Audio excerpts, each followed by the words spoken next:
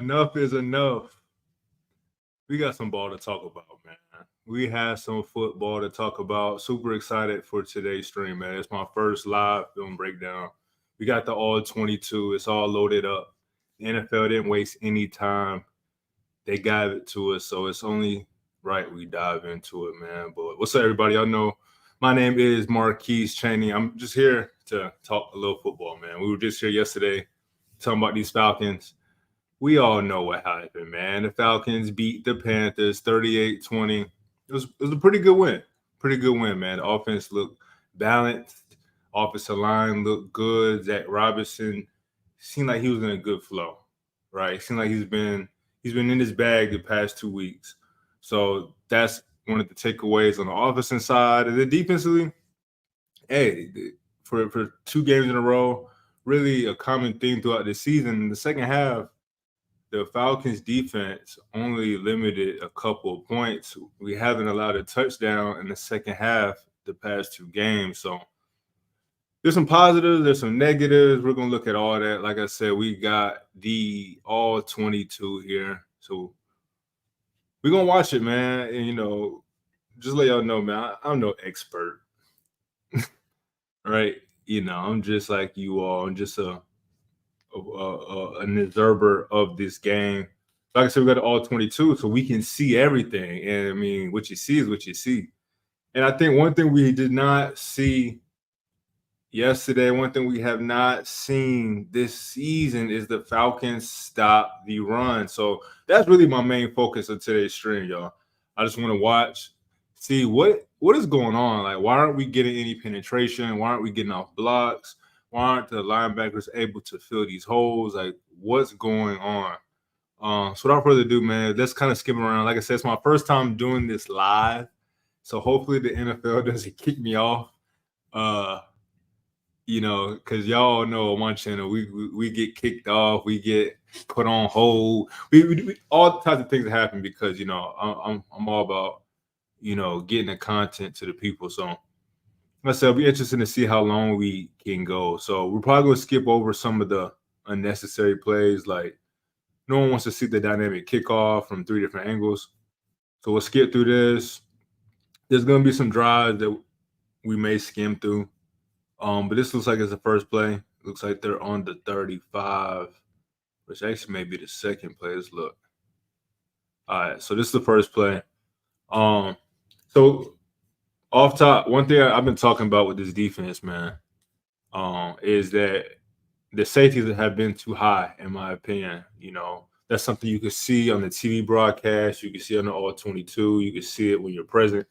It just felt like Jesse Bates, Justin Simmons, they were always too far back. Seemed like they were always, 15 yards back. And I just don't think that's helped the run defense. So it's interesting to see. You see Jesse Bates kind of creeped up a little bit. I think that's one thing we saw a lot more yesterday than we have this season is we got Jesse in that box a little bit more. There's a couple of times we got Justin Simmons in that box. So let's see how this play comes out. They run a toss to the left. It looks like we have it, covered up pretty well. It's going to be a hat on a hat across the board. I mean, it looks like this guard has pulled out.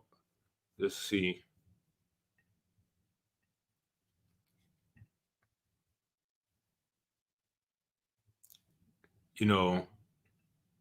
That's a positive. You ask me. Just that first play of the game. We're all moving towards the ball. You see that pursuit, and it looked like it was like a DB that was in there in the mix. Yes, that looks like that was D Alford there in the mix. Again, 4-man rush or a 4-man alignment is something we've been seeing all season. It's nothing new. And like I said, it seems like everybody held up. It was actually that left tackle that kicked out the offer. He took on that block, and it looked like he was actually able to get in there a little bit and start the run. So, I mean, that's a positive. One thing about this Falcons defense that I think is interesting is, the DBs are leading this team in tackles. And, I mean, you see why there. We saw D offer there making a play. We're putting a lot of pressure on our DBs. We're putting a lot of pressure on our safeties to come down and secure tackles. So that's a positive to see that first game, or excuse me, first play of this game, because that's been an issue for us lately.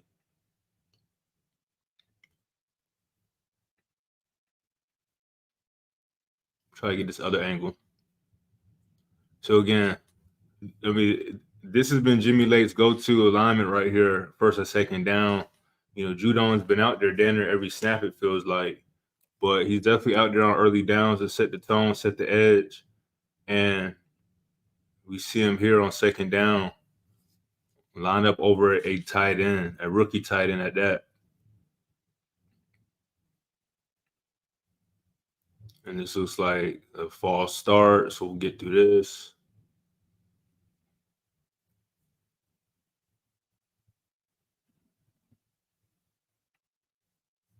So you just love to see that, man. You love to see that. You love to see the Falcons defensive line take advantage of the the Panthers' inexperienced line. I mean, that's all we saw right there with that penetration by um oh Lord.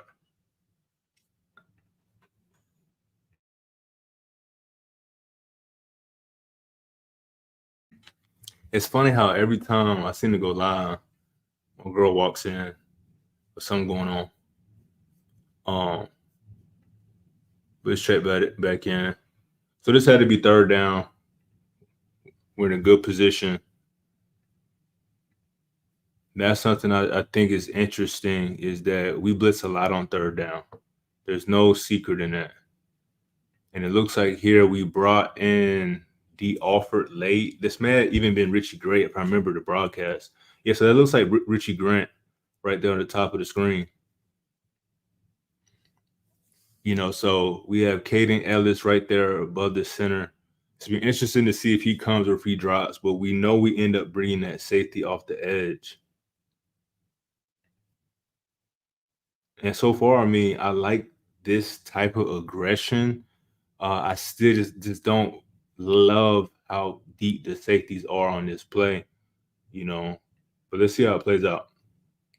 You got AK, Judon on the edge. Looks like, is that Richie? Richie on the blitz. So I remember watching this live and just being like, yes, yes. Like we gotta force teams to try to beat us over the top, outside the numbers. Like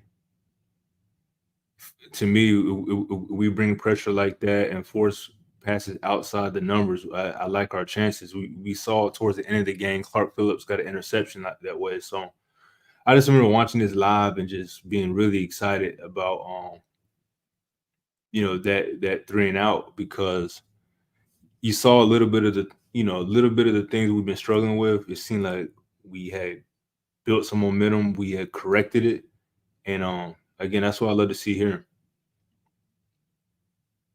Again, we bring that pressure late.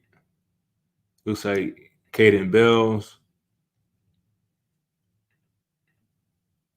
Not only does Caden come out of that, but AK also comes out and he's guarding the tight end, it looks like. So that's interesting. Um, it's definitely a cover two shell. But it looks like it might be two man across the board.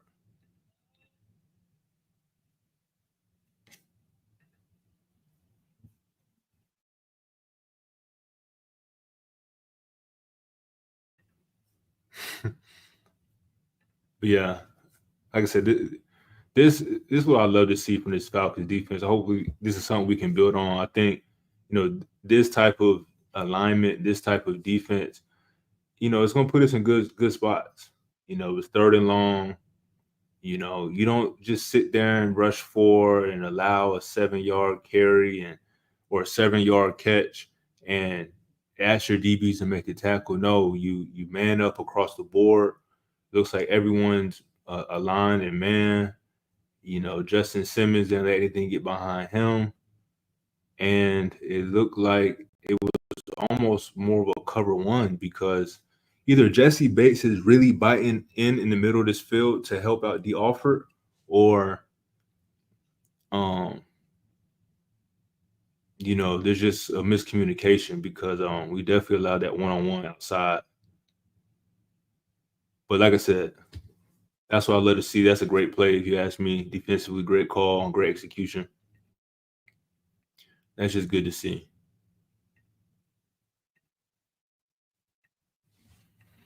Yeah, so we'll probably skip through most of the offense, especially this first drive. This was a 3-and-out for the Falcons too. Came out trying to run the ball.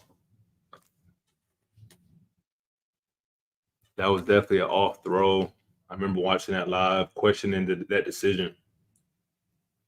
Seems like we went up tempo, and there's just miscommunication. That was just an odd play.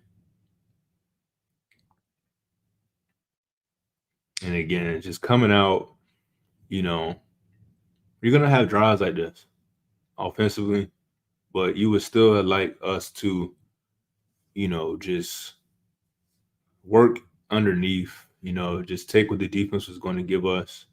It seemed like they were playing aggressive on early. And I don't know what's happened to the bootleg in his offense. Kirk Cousins has had so much success in that, and it just doesn't seem like we run that enough. Definitely, you would expect that to be a part of the game script. That first drive, your first planned, 14 plays, you expect that to be one of the first play calls. Um, but yeah, we all know we went 3-and-out.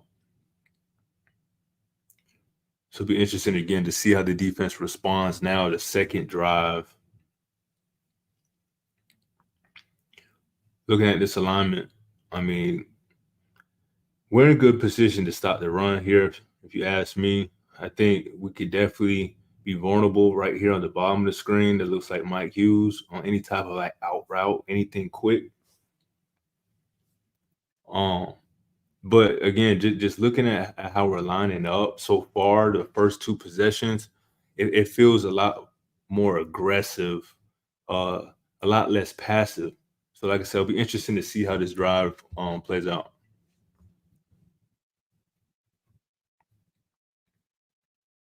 Right there, they send the motion, no one moves, so they know we're going to be in some type of zone.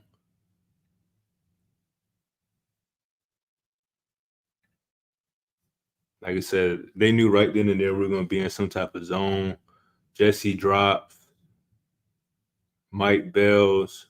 So we're showing that cover three. And again, this is something I've been wanting more of. I've been wanting more single high safeties. So I like it. I like that we came out in that. Looks like we covered everything well. I mean, that's the definition of lockdown defense. Everything was covered to the point to where he threw it to the running back in the flat. That's the area that we've struggled with. And Kaden Ellis was able to get a hand on the ball. I mean, if he was a little bit more athletic, he could have really made a one-hand interception. So love this call. I love how we stayed in it. Everybody covered well. Like I said, Jesse drops. Jesse did this a lot pre-snap. He stayed high, then slowly got closer to that line of scrimmage. And I mean, everything was covered. So definitely love that. I love that cover three shell.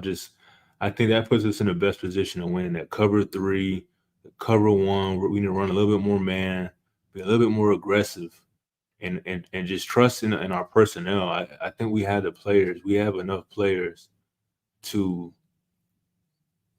be a really good cover three team. Even a solid man team.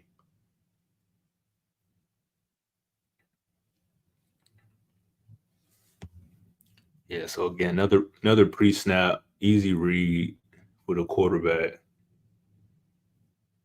You see the motion. These guys, they shift out. You see this how far Mike Hughes is, how far AJ Terrell is, how far the safeties are. You're willing to give up underneath. Um, and here, I mean, again, Jesse Bates drops down low. but that was a quick, easy read. If it wasn't going to be the offense man, this first man inside, he was going to attack AJ's neck. So I think either way, that play was it was going to be a quick pass and an easy game. And I think this is something that they saw, and it'll be interesting to see if the Falcons ever get out of that. Again, that soft defense that's just you're just showing your hand. You're showing that you'll give up anything quick. Yes, so that was good play design from Carolina. I'm sure this was a play when we held up inside.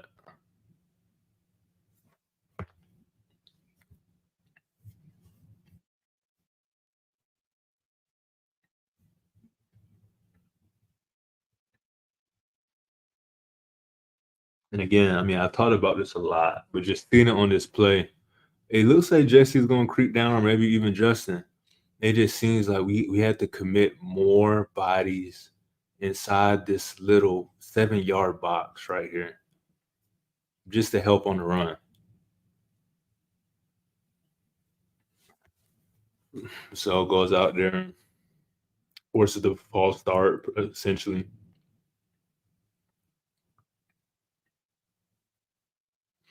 It's the next play. Again, I mean, we're showing one shell. We're not disguising it too much. Um, and that pass is going to be there. It's 1st and 15. That pass is going to be there all year for teams. If they're willing to take it, I mean, it's all theirs. But I think what we saw there was the execution of the scheme. That's exactly what we're trying to get teams to do. Take the underneath, rally to the ball as quick as possible and make the tackle. That's a really good play from Mike Hughes.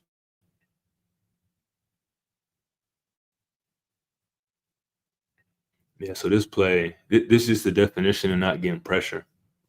Um, they have it spread out. What we just saw that it's now second and long still.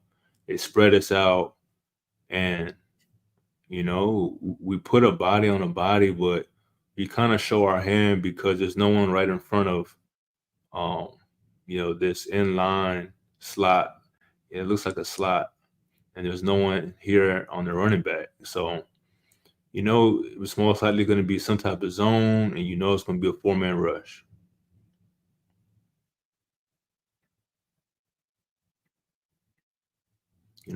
They protect well.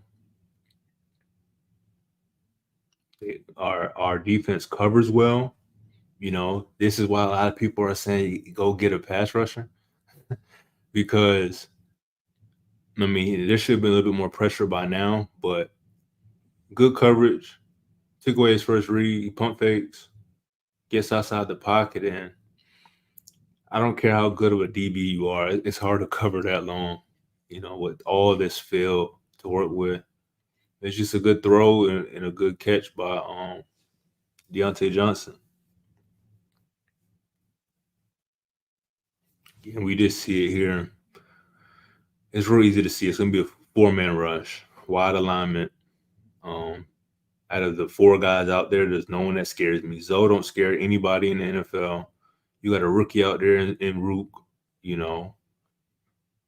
I like to see that though. I like that he's getting his reps early in the game.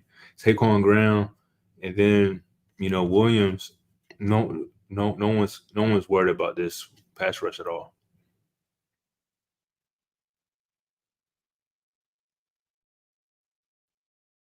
You lose contain a little bit, and it's a good throw on the catch.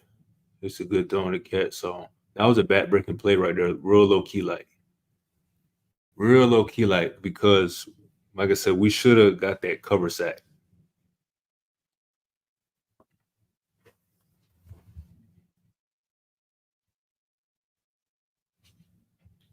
We should have got that cover sack. So, like I said, so far this drive, it's the second drive of the game. The Falcons have played pretty solid, but we've given up 2 passes, one quick slant pass for 10 yards. Should have had really gone for 5. And then we just gave up another, 15-yard completion that really should have been a cover sack. I mean, that's just a long time for Andy Dalton to have to throw, pump fake, get out the pocket. Like, we have to do better. And as we can see, like, they are coming out aggressive this drive. They want to score. With the play action. Oh man. Was that on the backers? Did the backers get sucked in because of the play action? Let's look. So again, 4-man rush. It's very easy to see. Linebackers did Nate Landman did kind of get pulled in a little bit. And we all know Nate Landman is not that athletic. So it is kind of hard for him to get back in his drop. But yeah, it looks like that was on Nate. And that looks like it was also maybe on D. Alford. This is an interesting play because both these guys, they sold out to get into the middle of the field, it looks like. And that left Hubbard wide open.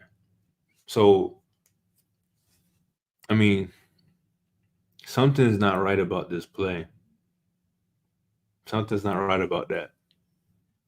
But the play action definitely had Nate Landman bite. But yeah, just look at number 53, look at number 20 here on the left side of your screen. They bite hard on this play action. I find it hard to believe that was Nate Landman's responsibility. D. Alford, he didn't have anyone on his side of the field, so you would think he would be responsible for the flats, and maybe he has a hook zone, depending on if anyone runs out. But, Nate definitely, he bit too hard, not athletic enough to get back in his drop. And then Mike Hughes gets fried. That's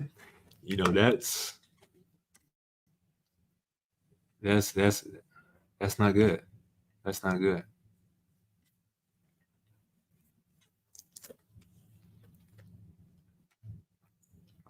But yeah, the second drive, again, first drive we got 3 and out. Second drive they came out aggressive, and we just sold out a lot on them trying to we figured that they were going to feed Hubbard, but that wasn't the case. That they were willing to take whatever our defense was giving them.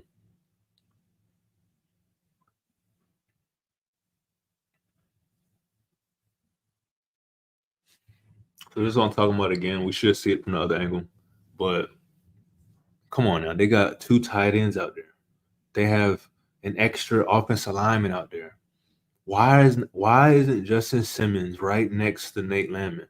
Why isn't Jesse Bates? One of these guys need to be in the box. It needs to be a hat on a hat. We cannot allow these guys to get to the second level, and we keep putting so much trust in our DBs making tackles.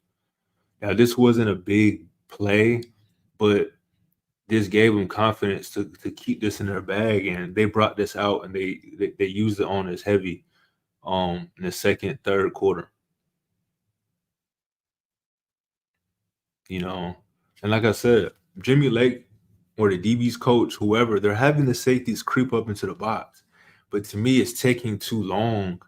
And you're putting a lot of pressure on your safeties, man. You got them creeping up like that. But they got 3 extra blockers essentially. I just don't like that. I don't like that. But as we see, Justin Simmons, he came down, made the play. That's what you expect.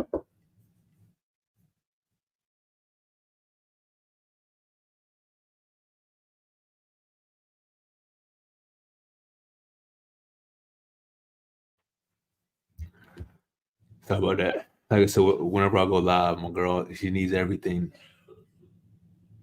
She needs the dishes washed, massage. She want me to break down Baddies Club and we see these tweets. But yeah, yeah, like I said, I hate to be hard on the defense because they're not gonna be perfect, but it's just some certain things I just didn't like watching the live broadcast during this drive, and now watching the all 22. It just seems like we allow teams to do whatever they want to do. Again, you bring out an extra offensive lineman, you bring out two tight ends. We don't bring out an extra linebacker. Matter of fact, were we in the nickel on that? Because I may be wrong. We may have brought an extra lineman or something out there. Let's see.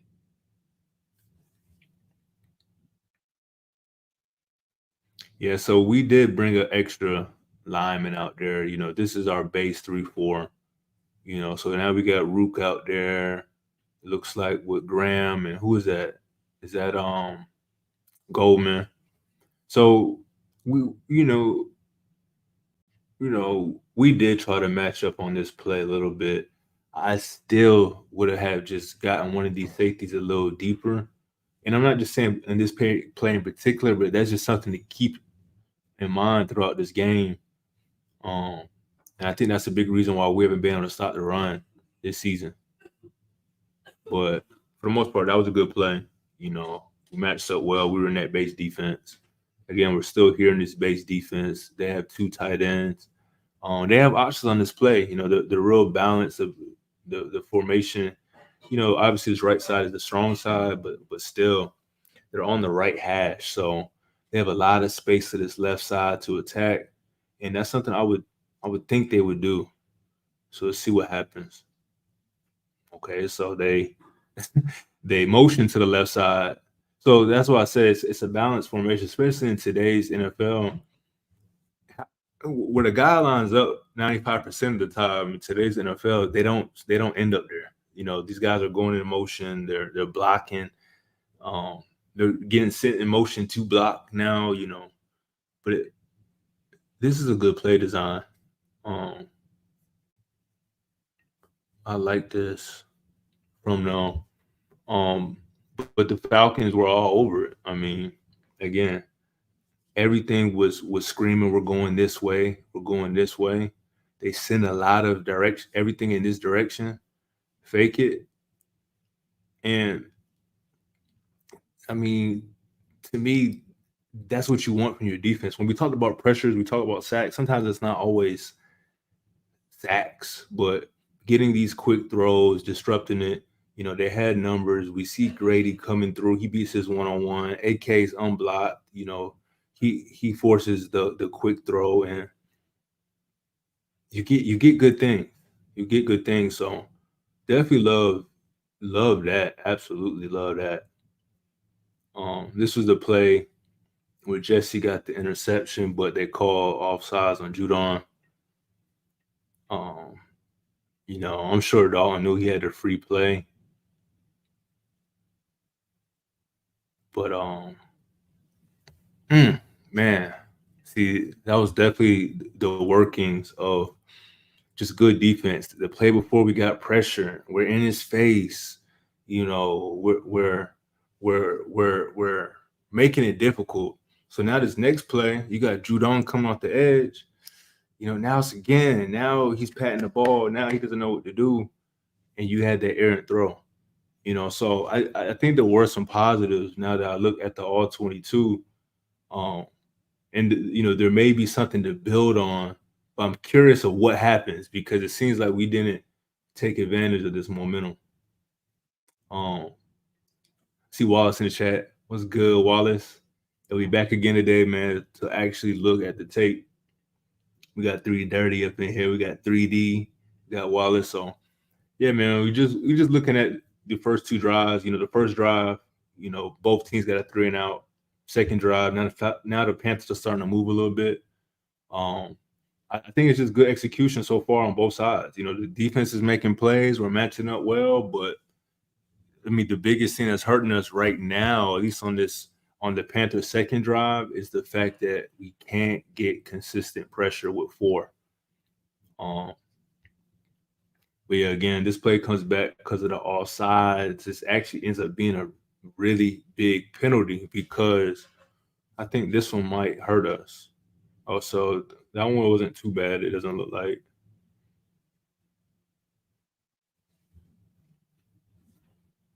Again, we were in good position.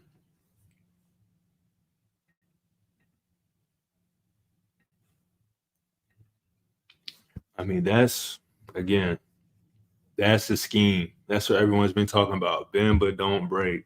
You play a little soft, a little um conservative, in between the 20s, but down here in the 20s, I will admit the Falcons defense is super solid and we have the pieces to be really tough to score on in the red zone. Um, Especially a guy like AK, Zoe Carter, guys that really aren't giving us much in between the 20s. With their athleticism, their versatility in the red zone, they're actually kind of valuable players. And we saw it there. 3D and does our defensive scheme make us suspect with the players we have? I mean, I think so. I think so. Well, my biggest issue with our scheme is how we're holding the safeties too far back, in my opinion. We have two safeties that excelled as single high safeties, but they haven't really had success as guys in the box. So I see why they're not in the box, but I just think that's part of the reason why our run defense is so bad, because we're expecting Troy Anderson, Nate Landman, Caden Ellis to make these tackles consistently in the hole, and I just don't think they're built for that. Now, our the defensive line depth, I think, that gives us a lot of versatility, and maybe having too much versatility is what's slowing down Jimmy Lake in this scheme, because we had the personnel to stop the run. We had the personnel to be a better pass rush defense, and maybe he just hasn't figured out the units yet that work for what he's trying to do. Um, but let's continue. Let's see how they score. I'm pretty sure they scored on this drive. Pretty sure they scored a touchdown. So again, I mean, saw it 2 plays. We've seen it multiple plays on this drive. Grady Jarrett is disrupting stuff. I'm talking about he is going crazy. It looks like we're gonna see him here one on one with this guard. Is it one on one? He's really the only. Oh, I'm sorry. I was looking at David Omiana. Yeah, so we have Grady right here. I mean, he doesn't have one on one, but it sure does feel like it. Oh my gosh. Oh my. He had no chance. Was that the center?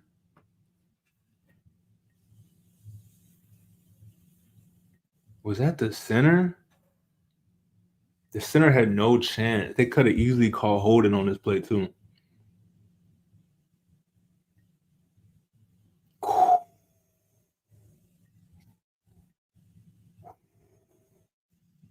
Man, yeah, Grady. To think that he even got injured is crazy. That was a hell of a play. That was a hell of a play. Now I know this. I think this is like their third center, if I'm not mistaken. So you expect him to make that play, but still, this guy's in the NFL, and he just embarrassed him. That's crazy. Okay, so early in this drive, we talked about this for sure. When they spread it out, we didn't really show um, that we were gonna really match up. We showed that we were gonna bring four, and then that we were gonna play coverage. So it looks like we're doing the same thing here. We're showing you, yo, we will give you up anything quick. So I don't remember. I should probably add that too. I'm I don't have the play by play next to me. I should probably pull it up, but I have a good feeling that this ain't gonna be good. Well, I said, but with the safeties being deep, we don't have a lot of explosive players over the top. And yeah, and that's why it's one of those things where you gotta just wait and see. You gotta wait and see, because we are doing positive things. I think we allowed the least 20 plays of 20 plus yards. So that's a positive, but at the same time, we're the worst run defense. And if I guess, I mean, we probably allow the most runs of 5 or more, if I'm just guessing out loud. But, that's what I'm saying. The scheme we have the players to do a lot of different things. Right now, I do think we're being a little bit conservative, but that's the goal. The goal is to score, to get leads, and to not let teams score quickly, to make them work all the way down the field. And then when they get in the red zone, to tighten up. So far, they are executing the scheme. And it's the same thing here. You see it's less about the scheme, but you see the mentality here. Okay, you're at the 13, 14-yard line. Okay, we'll give you 7 yards. We'll give you stuff underneath. So let's see what happens. They get the false start. That's big.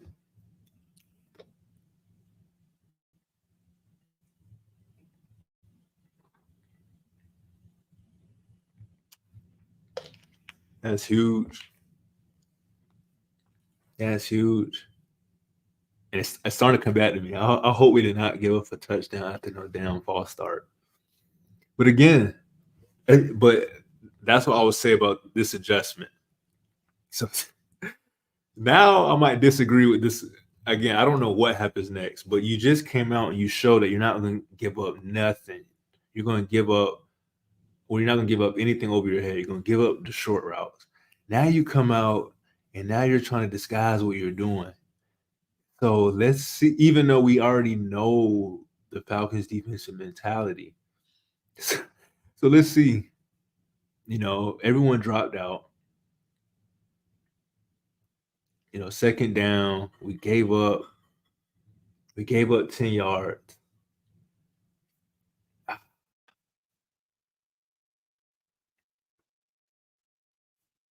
I just don't like that. I just don't like that mentality. Especially watching the all 22. Why would you really blitz here? You're clearly bluffing. It's second and what? It's second and long, essentially. We got solid pressure, but again, everyone's playing so far back. Everyone's scared to get beat. You give up 10 and you make second and long, and you had the false start. So you give them back those yards and you let them gain yards. All right, so now it's 3rd and 10. Oh my gosh, there's no way.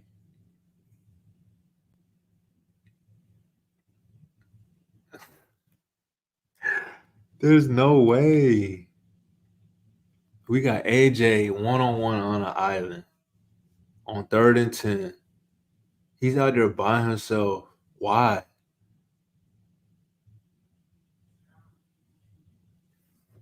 Why? What am I missing? What am I missing, chat? What am I missing on this play? Why would we leave AJ on an island on the 10-yard line against an NFL wide receiver by himself? Again, we're on the line of scrimmage. We're trying to disguise the pressure. We're showing a man-on-man across the board. We end up bringing everybody? No. No. No. That's not right.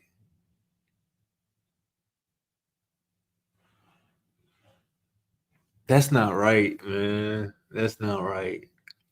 Oh man. And it's funny because you want to blame AJ when you watch this on TV, but he should not have been in this position. You're asking him to guard a lot of space by himself because the wide receiver could have went either way. Man, it would have been one-on-one. Oh man. And see, we've done this a lot this season.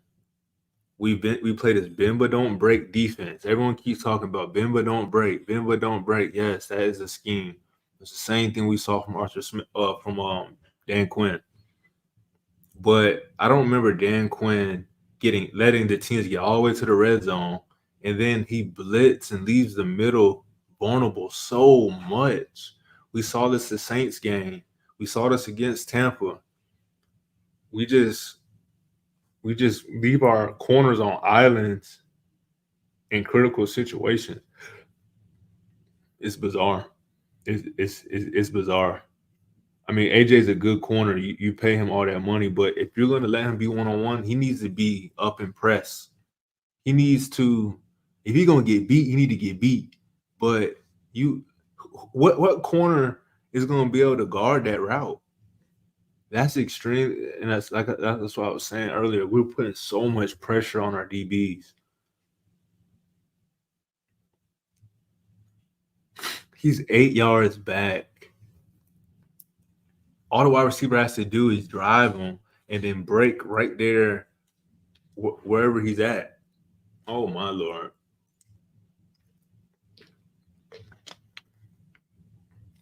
I know the Panthers watching this and they laughing.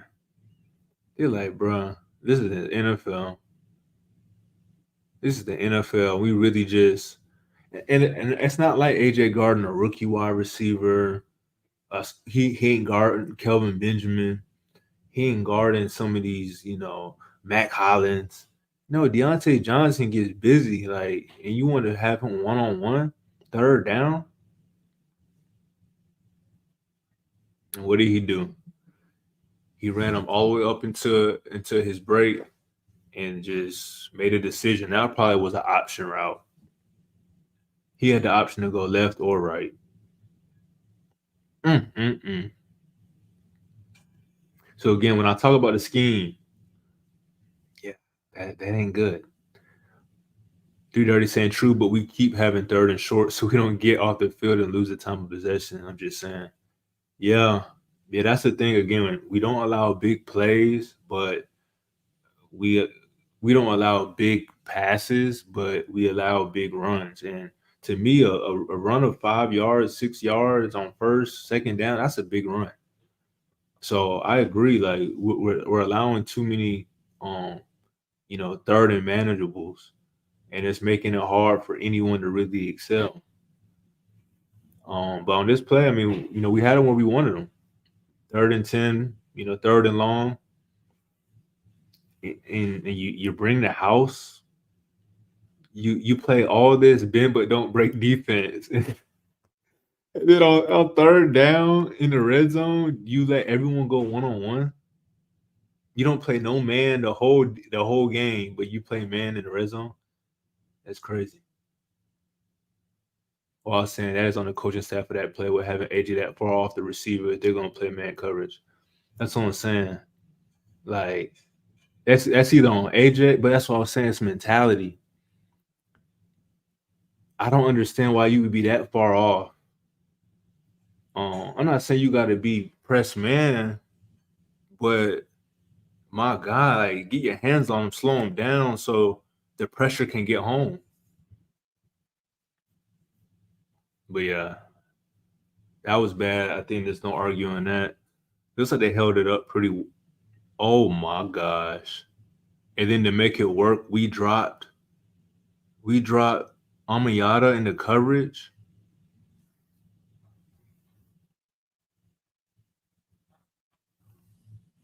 Who used to do that? Was that Mike Nolan? Help me out, chat. Was that Mike Nolan that used to always be sending everybody in coverage? Croy Bierman, everybody. He was just sending everybody in. I never understood why teams have this in their playbook.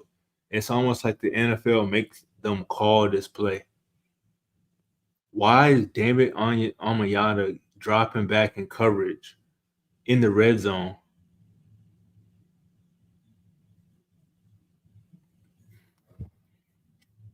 We deserve to get scored on right there.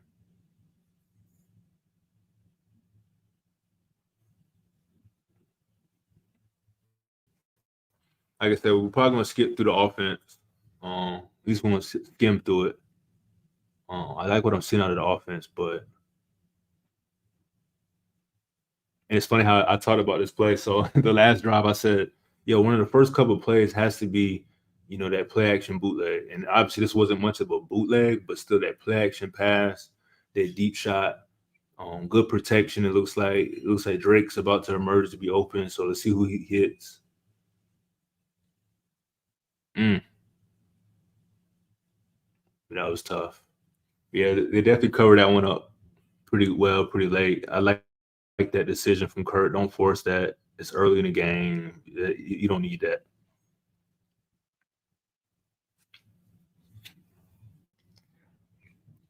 Was this a tip?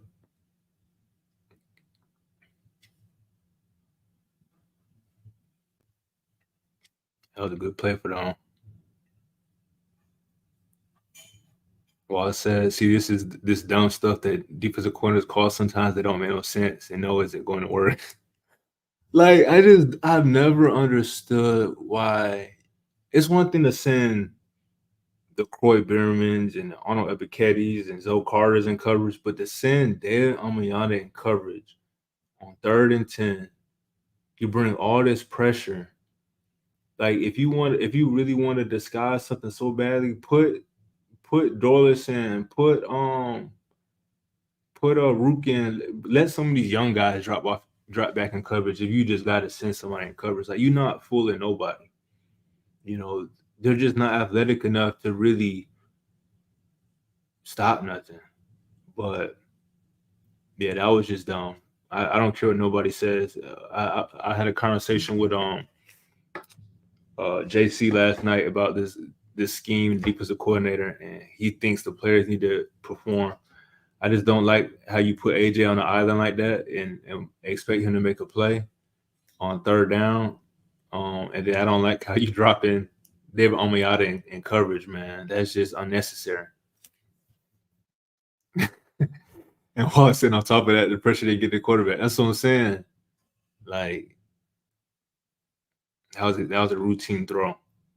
Um, so man, I'm scared to see the rest of our defense. But like I said, we're gonna watch it. We're gonna get through the offense. Um, oh yeah, that was a busting coverage. I remember that play on the broadcast. The motions definitely got Mooney open a lot today or yesterday.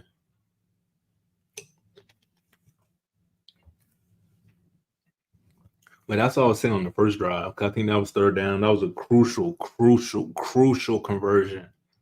We needed them to mess that up so badly because if we would have had another 3 and out, that would have changed everything. So that was huge that they had that miscommunication. But I was saying that the last drive, it seems like a team going against a team like the Panthers, you should be playing aggressively. Maybe you come out and you spread them out and you want to throw the ball, but just take what they give you. You don't have to force passes over the top. You don't have to force passes. Just take the underneath stuff, and it got us this big 3rd down conversion here. And one thing's for sure, on 3rd down, Kirk Cousins, he trusts one player, and his name is Darnell Mooney. It's just so not only him, but when we really got to think about it, Zach Robinson. In critical situations, they are calling Darnell Mooney's number, and he is delivering. So love to see that. Now we got a little mojo going. We got the 1st down. Another play action. It's so funny. And this is why you go back and watch the All 22 because there's so many things you can forget watching a live broadcast. Especially a lot of these games at the end, they get so emotional. You get caught up in how it ended. But the Falcons did not really come out playing good in the first quarter. Like, that should have been a pick six. Real low key, like. Real low key, like that should have been an interception if nothing else. Um,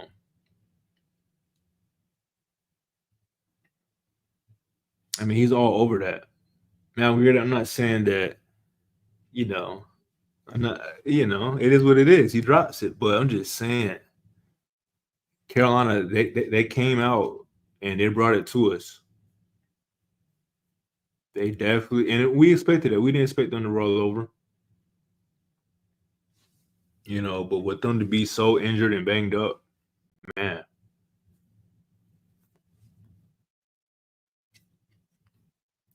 But yeah, this is what we love to see. This is what Bijan did a lot at Texas. This exact play. At Texas, he was taking this play, breaking a couple ankles, trucking a couple guys, and getting 30 yards. So I love that this is a play that's being used. Give him the ball out of the shotgun, let him read. He could run really well in between the tackles. Feed him in that area, mix it up with Bijan.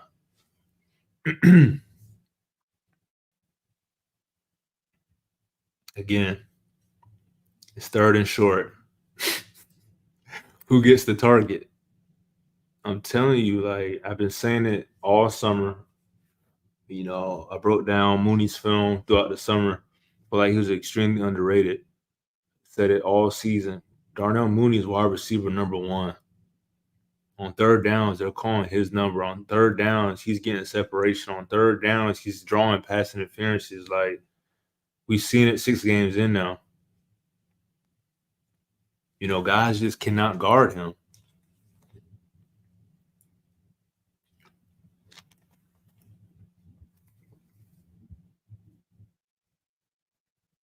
J.C. Horn's a great corner. He's just too shifty. He's too shifty. He has extreme confidence. We see him doing backflips every game now. Like he's just that dude. And Kirk likes that. Like Kirk likes that. And I like it. Darnell Mooney was such a good pickup for us, man. And it makes you just wonder about Rondell Moore. You're like, oh man.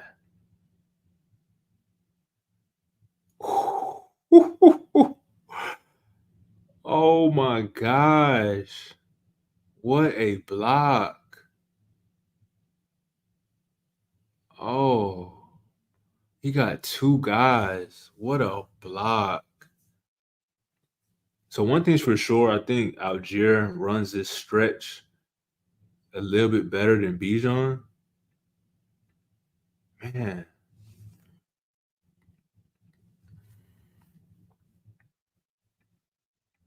Oh my gosh, that's just beautiful. That's just beautiful. That's good football right there. The Georgia boy showing his value, blocking. Ah, man. Yeah, see. That's Falcons football. That's the Falcons football we were forced to love over the past couple of seasons. But I mean, it's hard not to like, these runs and these holes that are being opened up. It looks like we run right behind Bergeron, even the second-year guy at Syracuse. He has a good double team block. Him and Jake create that hole. We saw Devontae Freeman eat off that same play. Oh my gosh, Devontae Freeman made so much money off it in this scheme. But yeah, those are some great reps right there from the offensive line, from just the blocking overall. 3 in a row. 3 in a row that no one's getting pushed back. Everyone's holding up. Everyone's standing up their man. And then Tyler, he's just reading it well. He's not running into the lineman. He's keeping his balance. And that's a good run, man. That's a good run. That's a really good run.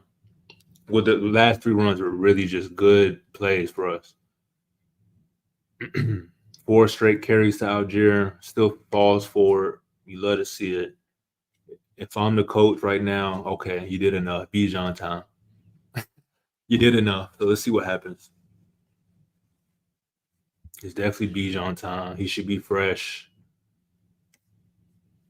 So let's look. Let's look at what we have here. I know I said we're gonna skip through the offense, but let's see what we got. So we got Drake up there, isolated by himself. He has some options. He could work inside, outside. But most importantly, I want to see where Pitts is at. Because I know a lot of us are questioning Pitts' usage, his effort, all these different things. Right now, we have him as a big wide receiver out here. See how he's utilized. They bring the motion. We're showing there's going to be some type of zone. They still matched up and kind of find out. End up being like a. It looked like ended up being a cover one.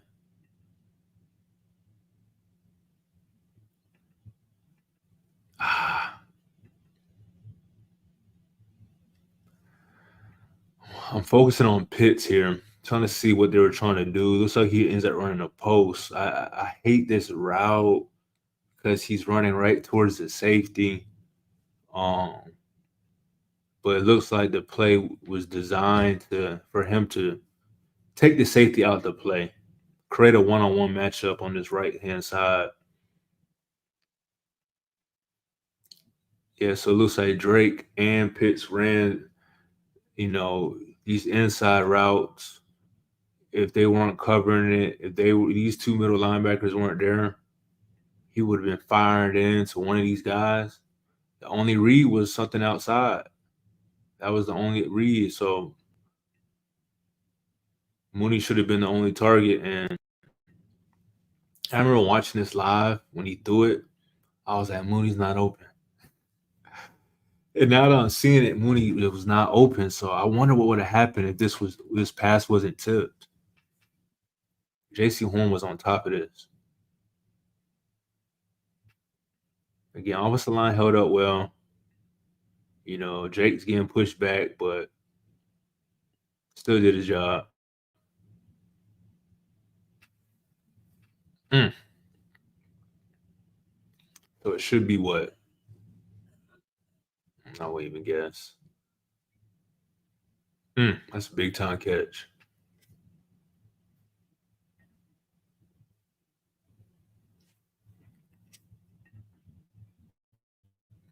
Big time catch. And see, and Drake did this a lot today or yesterday. I don't know why it feels like I watched the game today. Um, he's just a reliable wide receiver, man.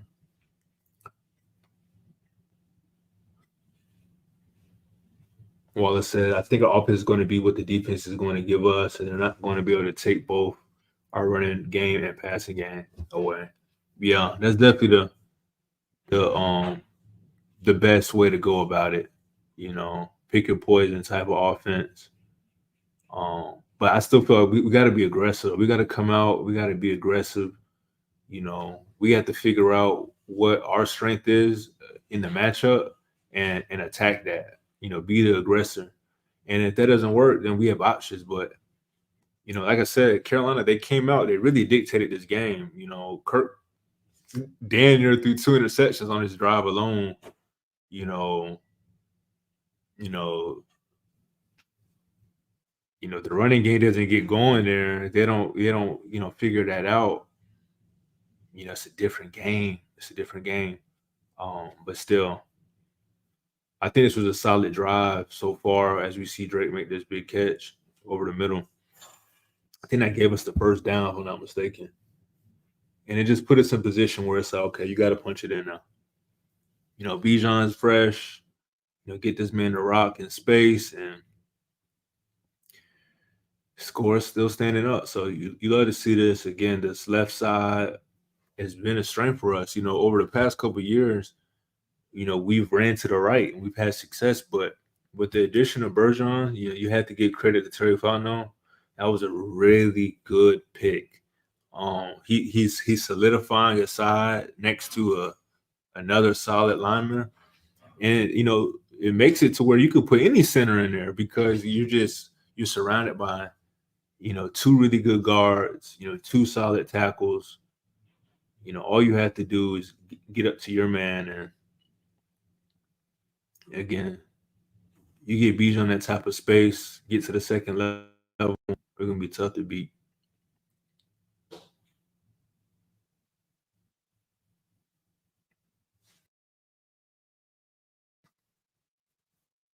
We're gonna get through a little bit of this.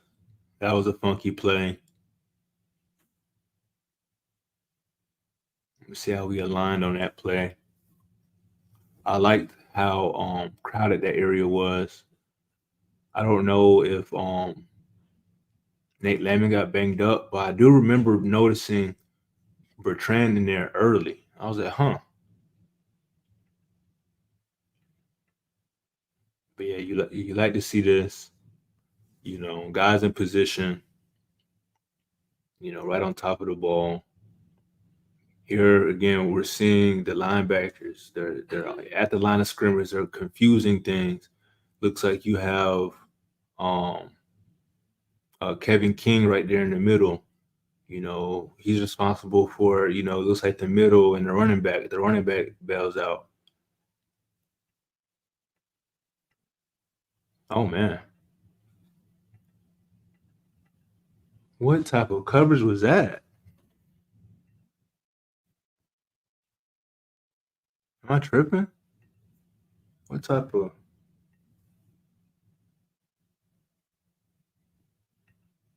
That was interesting. All right, so let's see what we got. So again, we're seeing that cover two shell. Both safeties back up. Kevin King is responsible for the tight end. So yeah, it looked like it was cover two man, but it seemed like there was some miscommunication there. But no, yeah, King, the tight end was lined up right in front of King, so I'm not mad at that play. It looks like it was third and long, but it just seems like I think that was the rookie wide receiver. Yeah, that's Leggett. This is what they call an option route too. If it's zone coverage, you're going to sit down. That's how he sat down. If it's man coverage, you're going to continue to drag. You continue to drag because the guy should be dragging behind you. But it looks like there was just he misread the coverage, just like I misread it. I'm like, oh, is it zone? Is this man? Like, what the heck? And again, it looks like we benefited greatly that he didn't continue his route. Cause see, there was no one there was no one close to him. So he just said, you know what? This has to be zone. Let me get my little easy completion. But just look, if he keeps running and catches this in stride,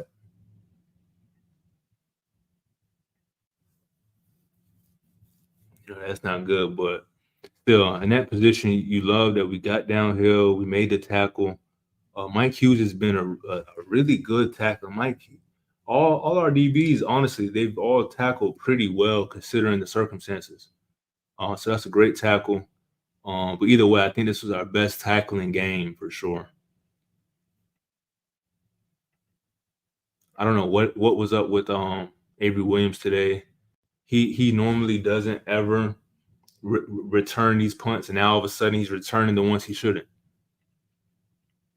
Well, I just don't like when they keep running the straight zone play to the left all the time.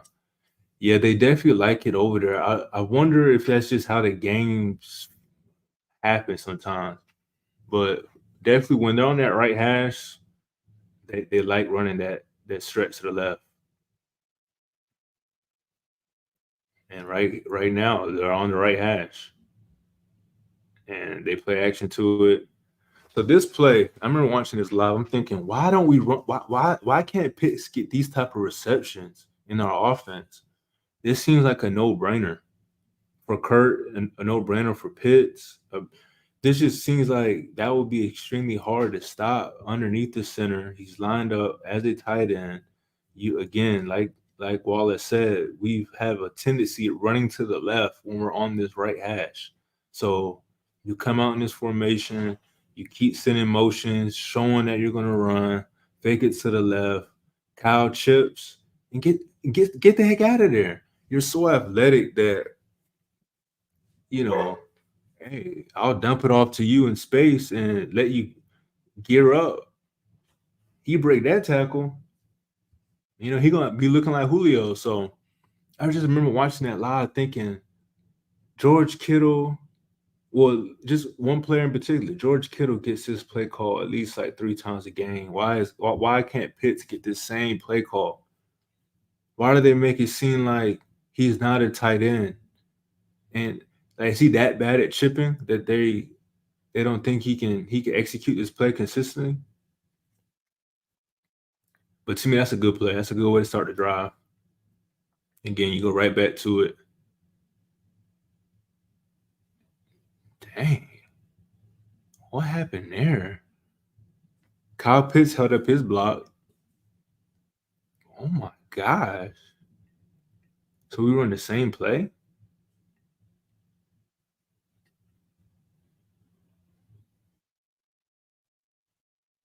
We were in the same play?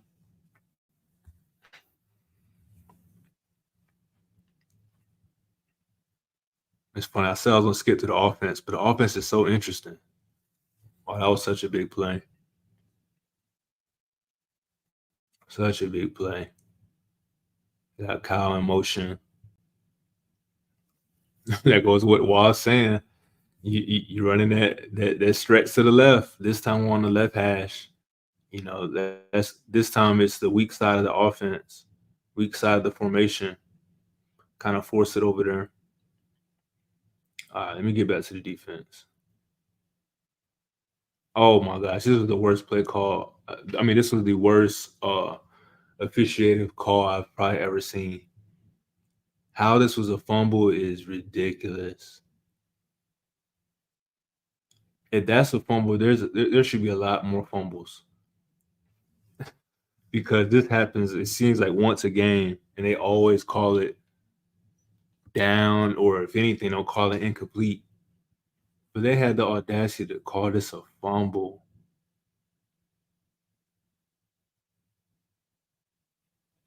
I cannot believe they called this a fumble.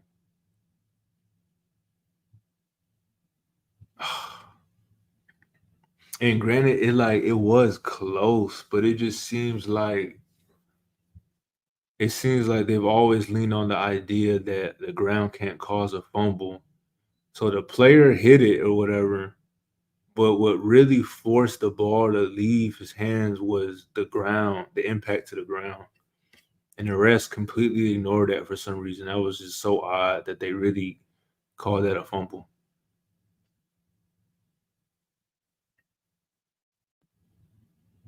But yeah, that was huge. That was huge right there because you know, we had just forced a stop. So, we could have definitely took advantage of points there. Oh, here we go. Here we go with this mess. So I know me and JC from Four Quarter Sportscast, we were talking about this yesterday. Falcons can't stop the run. My solution, put one of these safeties in the box. In this play, we see Jesse, he crept down there. That's what I was telling him. I just felt like there's no need to creep down there. It's not like you're Jamal Anderson. You're not Cam Chancellor. You're not like that. They be creeping down there. You need to be down there. You know, you need to be down there in the box. As you can see, he overcommitted to that right side of the zone stretch, and Hubbard just gashed us, man. Like he's gashing us like we don't run this same running scheme. It's crazy. Every team's been killing us with this.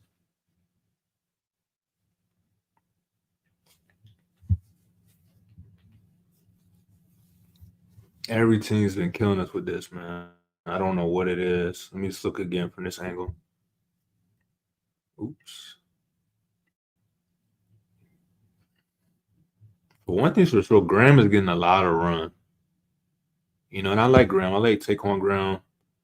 But let's see, is he getting it done? Let's focus on the interior. I mean, shit, they both got double team. Like I said, Caden ain't doing nothing. Caden ain't filling no gaps. He just ran to the tackle. Zoe Carter ain't doing nothing.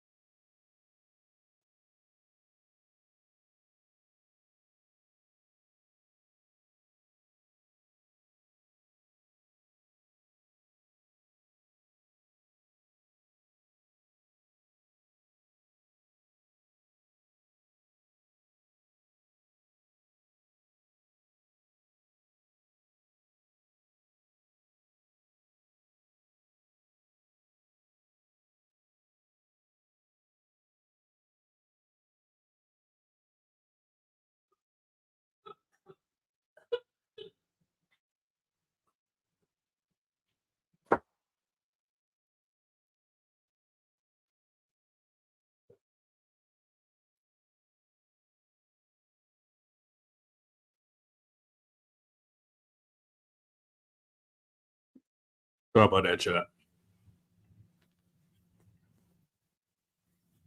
Um,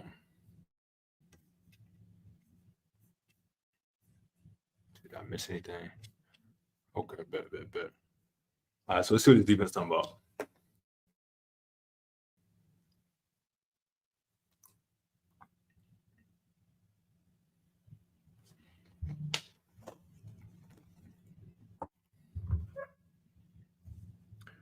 Yeah, definitely seemed like again we definitely made a point of emphasis of bringing that safety closer down, helping out. One my observation, this is just me. I think both of our safeties are active. They both don't mind contact. They're just like good safeties. But I don't think Justin Simmons really want to be down there. So that makes sense why they kind of keep him back. And then Bates, I mean, again, he's about that life, but he's not supposed to be down there. You know, that hasn't really been his game in the NFL, and that's hard to do at his size. So it's like you put a safety down there. Yeah, that sounds good, but these guys don't want to tackle either. If we're being realistic, but that's why I said, look where Jesse Bates is coming from. He was at the 13-yard line, and is he blitzing? Like, what is he? To me, I mean, granted, we limited them to what 4 yards, but to me, he needs to already be in here. He needs to help out Caden. Let Caden, focus on right here in the zero gap. Like, let him be right there in the middle. Let Nate, fill this side. Like, I don't know. Maybe it's just me. But there, again, they held up. They held up. And in the red zone, within the 20s, we're definitely not that bad of a defense. But I remember seeing this play.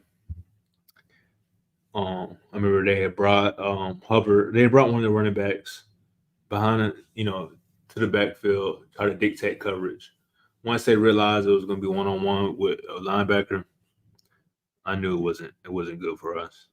So it looks like they had the look on both sides. Yep, both linebackers were responsible for the running backs. Looks like they both ran some type of option route essentially, but they knew in preparation if there's going to be a guy we attack in coverage on that type of route, it's going to be Nate Landman. So as we can see, um, Andy Dalton was locked in on Nate Landman, and for right reasons. I mean, Nate Landman's not our cover guy. Going back again into the issues that I see, I still think the safeties are just too high right now. You know, Mike Hughes on the top of your screen up here, too far back, but let's see.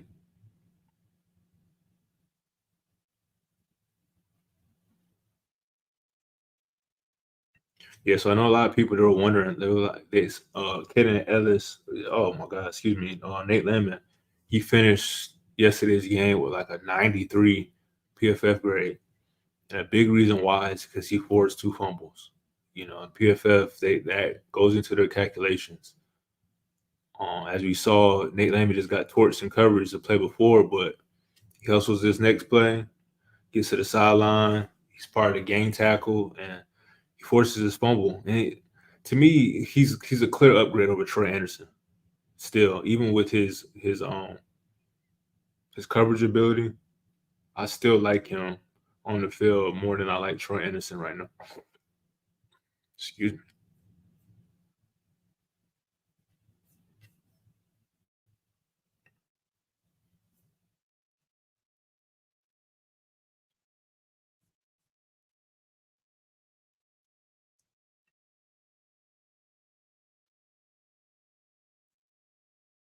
Again, the defense in this position is solid. It's solid.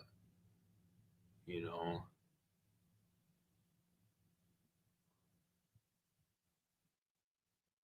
that's what we like to see.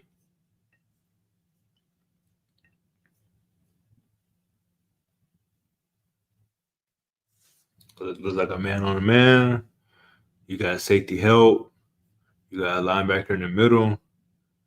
Um, I just don't understand why we didn't play this type of defense the drive or on their scoring drive when it was 3rd and 10, 3rd and long.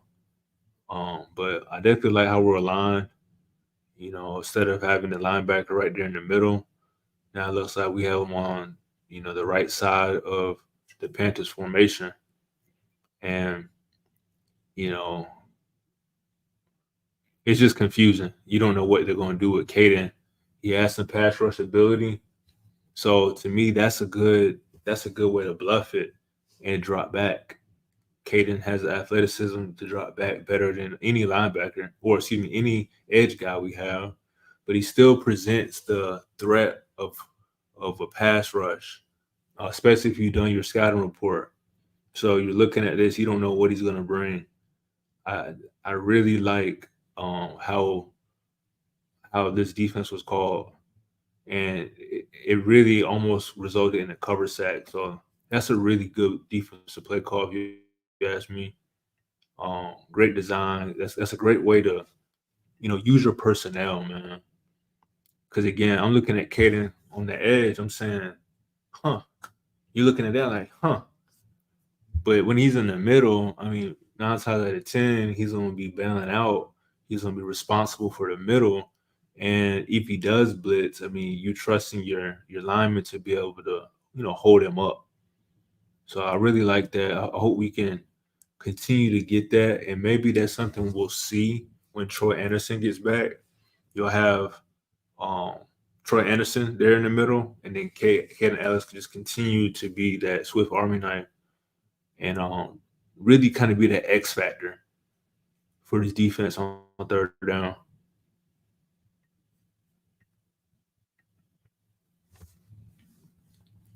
All right, we're gonna get through this one. This is a good drive, though, if I remember correctly.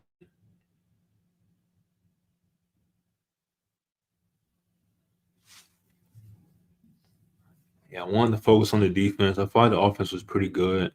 It's hard not to peak, though. We have a Cordell Hodge sighting. Um, we have a stretch run to the right side sighting. You know, I like how we didn't shy away from the run. We saw a lot of this motion. Oh man, that's big. That motion, Mooney in motion is money. Money. It just creates so much confusion to defenses.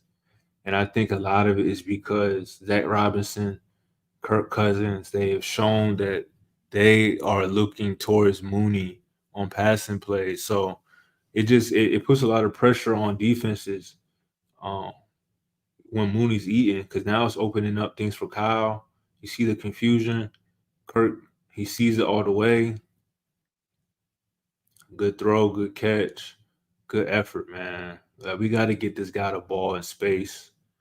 We don't need to overthink it, but we have to create more of these matchups. High low matchups with him and Mooney. That's a tough position to be in, but that's a really good play. I'm glad I didn't skip over that.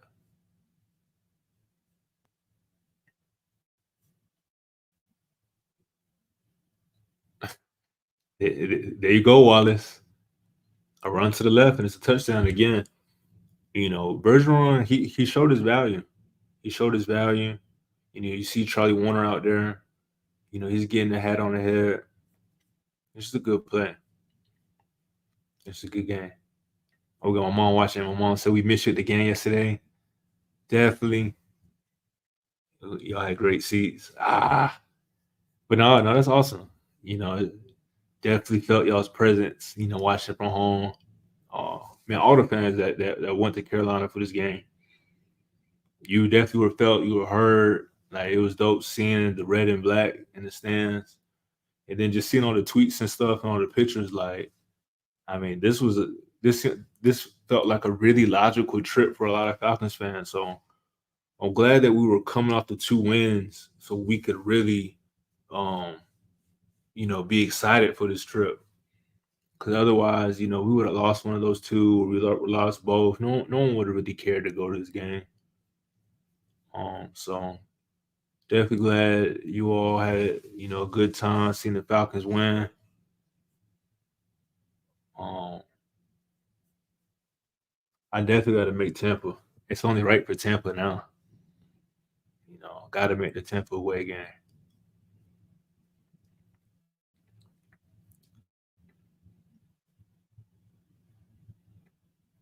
Yeah, love that play call from the offense. We get the penalty, we accept it, we stay aggressive, and this is what I was saying earlier, man. This is what I would like to see from this offense going forward, coming out early, you know, and you deciding what you want to do. We had a good matchup. Our offensive line, our running game versus their defense.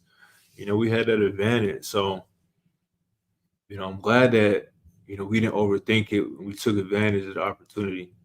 And you see it on this type of play. Again, we accepted a penalty. We're going for two. And then we don't play around. We punch it in.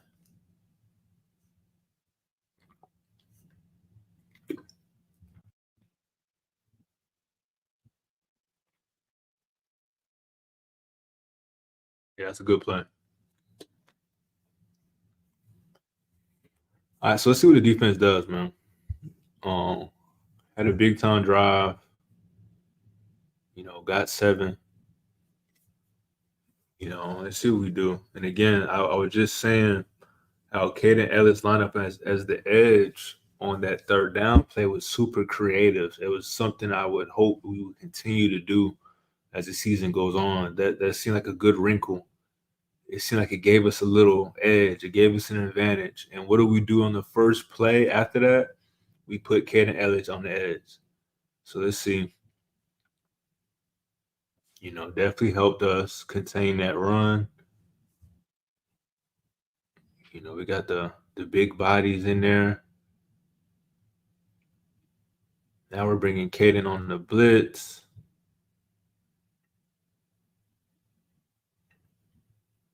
So that's what I like to see from AJ. You getting paid the big bucks. You got to shut down your man in these type of situations. Now in the red zone, though, I want you one on one on an island like that. I don't want no corner on left on the island with good wide receivers. But out here in this space, we're bringing pressure. I like my chances with AJ, especially in press man. You know, looks like Deontay Johnson got a solid release. AJ just got a little too physical, but that was good coverage. That was definitely good coverage.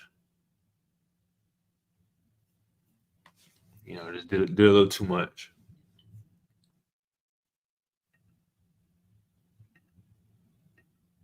Again, I think we're matched up well. Um,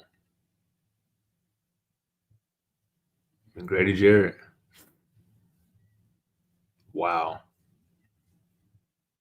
it's crazy to think. Um, Grady Jarrett's been a really good player for us, pretty much his whole career.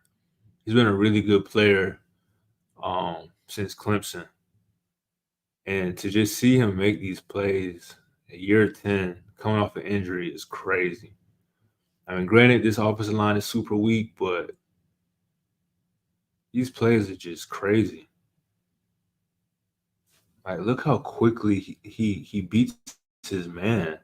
He's in the middle of the formation, splits through two people,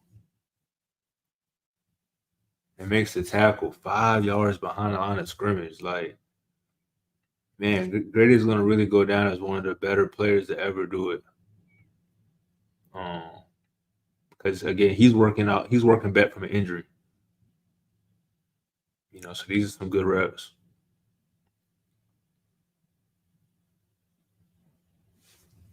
Again, huge drive, huge drive. Falcons go out there and score, punch it in. Then we come out, we stop the run. Again, tackles for loss. Now we're forcing passes behind the line of scrimmage, and it looks like it's going to be what third and 18.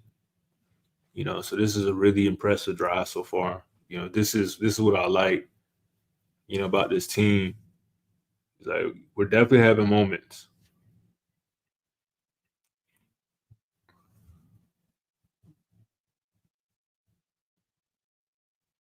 So this is what I think is interesting. I may have missed something. Anyone in the chat, feel free to correct me, but looks like Clark got some time. I don't know if he got subbed out, if Mike Hughes got subbed out due to injury, due to poor performance, but Clark Phillips has made it his appearance.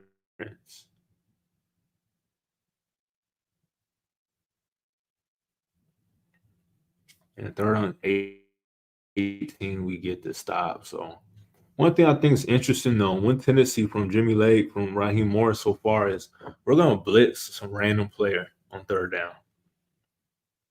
And, and, and let's see who dropped back on coverage this time. So he just bailed out the linebackers, about a three-man rush, brought AJ.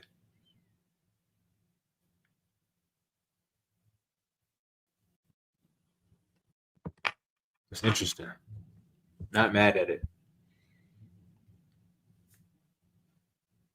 I just wonder if it's going to be necessary throughout the season to have those linebackers always kind of right there, you know,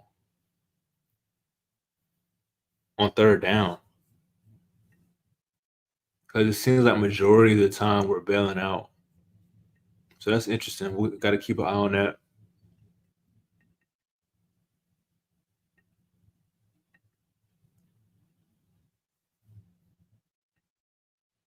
That was a huge play. That was a game changing play. Block punt by Zach Harrison. Um, they end up getting a holding call, holding on the punting team, and then Clark Phillips he makes a just a heads up play. It was a live ball. No one really respected him. Hey, go still 15 yards. Again, you get the penalty. I mean, that was what 1 yard punt. You love that. That's complimentary football. That's team football. That's just smart. It shows you why Clark Phillips was All American. Um, he's just a bright football player.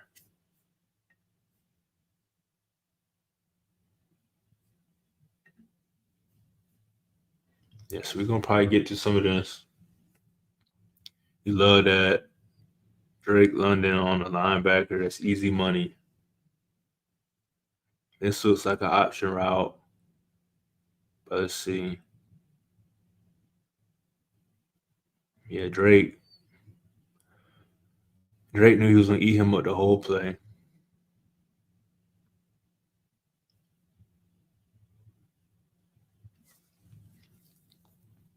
This is a good play design. You staying creative. You're getting this play on film. You got positive yards. So, expect the next couple of games. Now we're gonna keep Bijan in that motion, and teams are gonna have to respect it. And there's gonna be a lot of different play variations just off of this motion.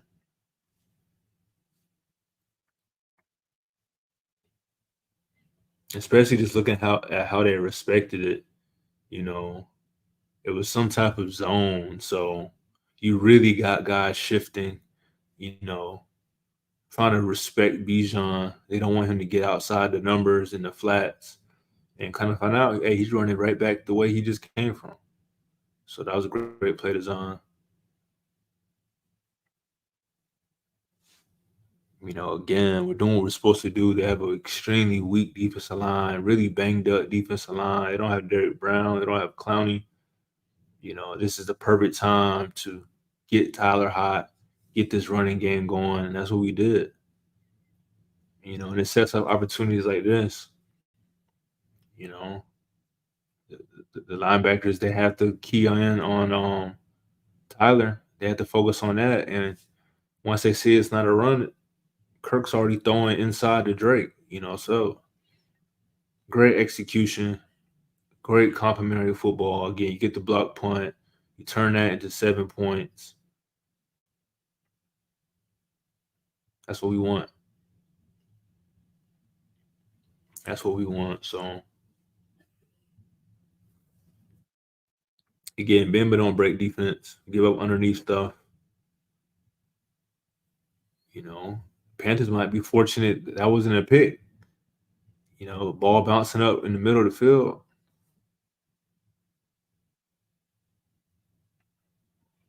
Again, here we go. We're got a lot of guys on line of scrimmage trying to disguise where the pressure's coming from. You know, that sim pressure.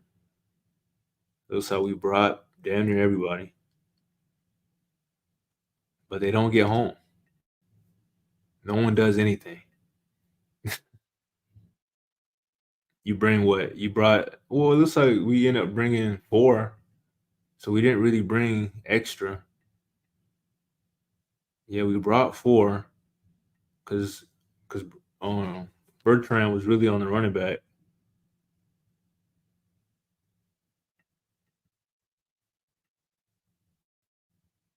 And one thing's for sure, I mean, Andy Dalton, he showed that he's a veteran quarterback because he stood in that pocket. I'm talking about, my Lord.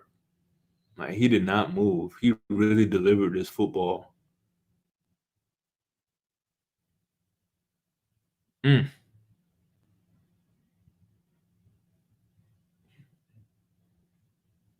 yeah. But again, that was a 4-man rush. That was 4 players. So, I don't think 4 is going to cut it with this defense. Um, we see it there again. You bring 4, you bring a blitzer late. That ain't going to cut it, man. So let's see what 4 he brings this time. So linebackers, I'm telling you, the linebackers have been bailing out the whole game. And then I know you brought a corner late. You brought Clark late. Yeah, Andy Dalton, he was not phased by our defensive line at all. I'm telling you, he stood in that pocket like Tom Brady.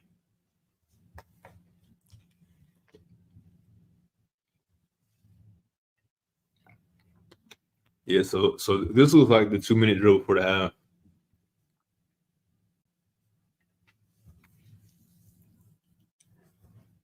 Again, this prevent type defense. We've seen it so many times in the past couple years with his Falcons.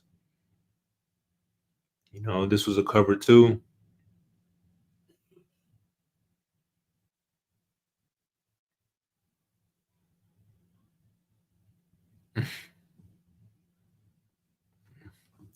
Not mad at that because you don't give up a big play, but man, with a 3-man rush, you playing cover 2 against an NFL quarterback. That's scary. That's literally sick. What they say, that's crazy work. That's nasty work. That's nasty work, bro. You really don't think an NFL quarterback can make that throw cover 2? Now we bring the heat. I like this. Uh, uh, no, no.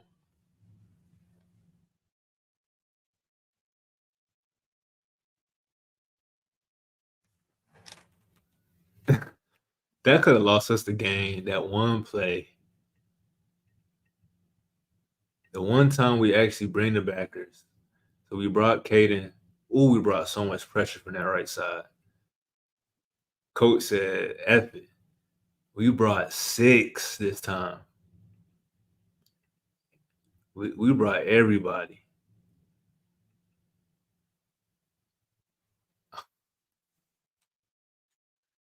The fact that we have 5 sacks for the season is sick because that should have been 1. That should have been 1 sack for sure. Any other quarterback is just gonna just let us get the sack, but that is crazy. That is just that's on Zoe Carter, man. Like, you are literally trash, bro. I could see if it was like Lamar Jackson, but you have a free sack. Your coach brought six. There's one job. There's one job.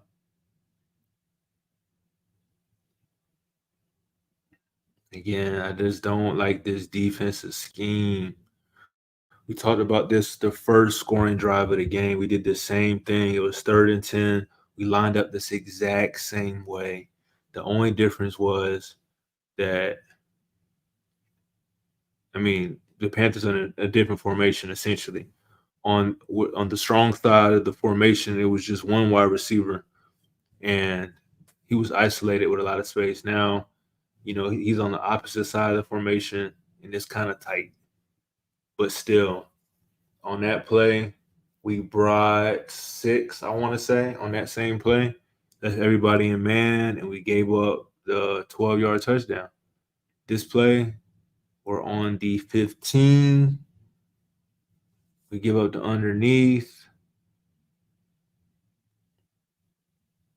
I mean, we give up 9 yards on that play. We really weren't in a position to give up anything. We got a big penalty to push them back, and we just gave them all those yards back.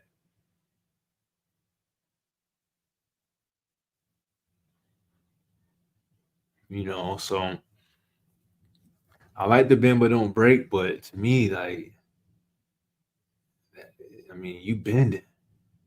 Again, we have a 12-point lead, and we just let the team walk down, get to the 6, 7 yard line, and that's how things like this happen. I don't care how good of a defense you are. You're scrambling in the red zone. You might give up this type of opportunity. Mm-mm-mm.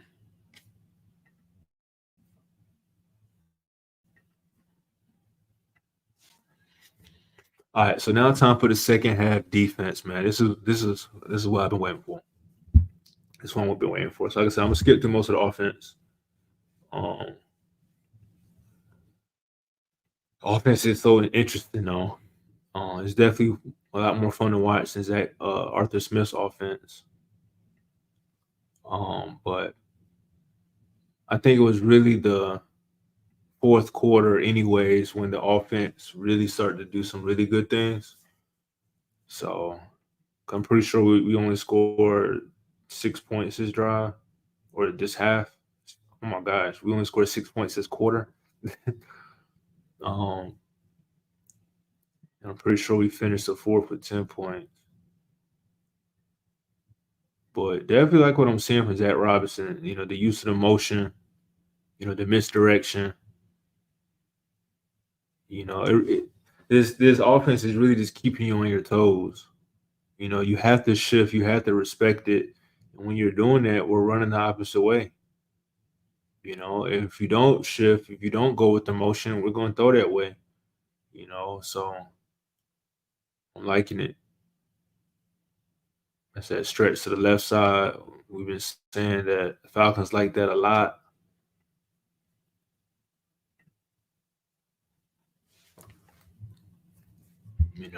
We're moving right here. This is a great drive after a half. Come out, run the football. You're executing that stretch again. We're running right behind Bergeron. You know, this motion. We've thrown them that motion a couple times, so we're watching to see how they react to that every snap. It looks like they're respecting it, but it is confusing them.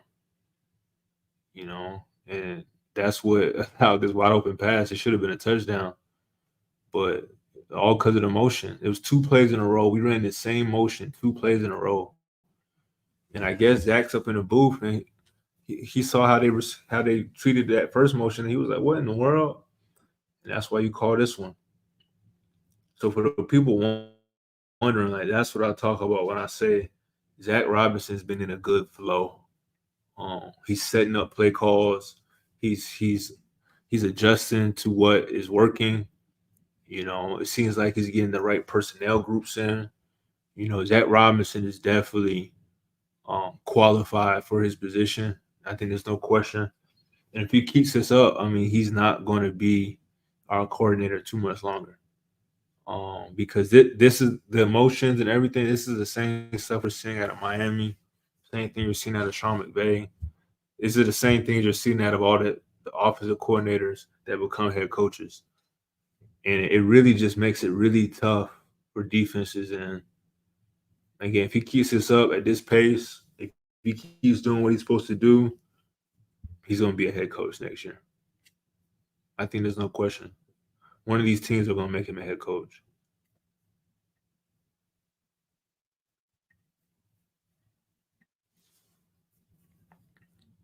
Yeah, I don't know how we didn't score 7 here. That's crazy. We did whatever we wanted. Oh, yeah, that was a tough one right there. That was tough. That was tough, but that was a good drive. All right, so let's see second half. Um, Again, bring that safety in the box. I've been saying that for 2 weeks. It's no coincidence that we're doing it because we need it. We need that help in the box on clear running downs. Jesse, I just don't like how Jesse was creeping up so late. Like Justin Simmons is good to hold his own in the back end, so you don't really have to disguise that.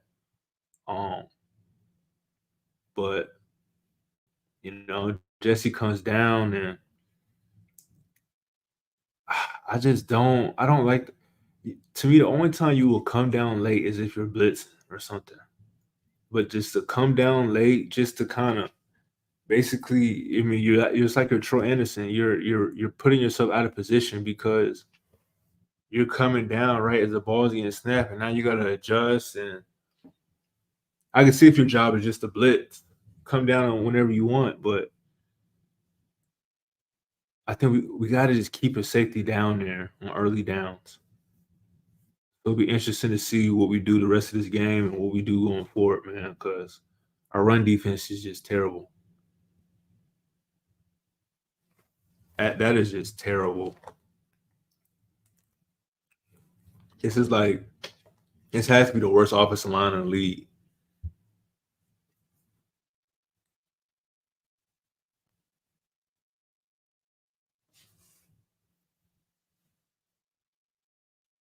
Yeah, that was good coverage there. I said this before, Caden Ellis on the edge like that. I love it. I love this package. I love it. Absolutely love it.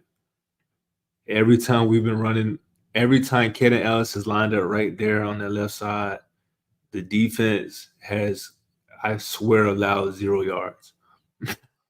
It's just, it's a nice wrinkle for our team. And just because he's on the edge doesn't mean he's blitzing. He can still be in coverage. He can still be in man. But since he's on the edge, it's harder to identify.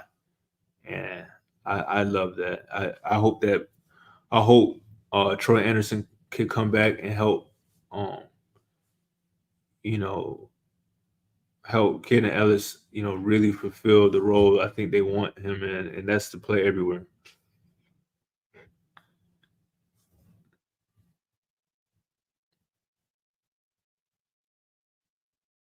Especially because I don't know if this is just me watching this now, but Kaden Ellis really ain't all he really ain't that great um with tackling in the middle of the field. I mean, he made the play there, but I'm just saying, like, he really just be naturally better, more so on the edge. He's almost like he's better as an outside linebacker than a middle linebacker.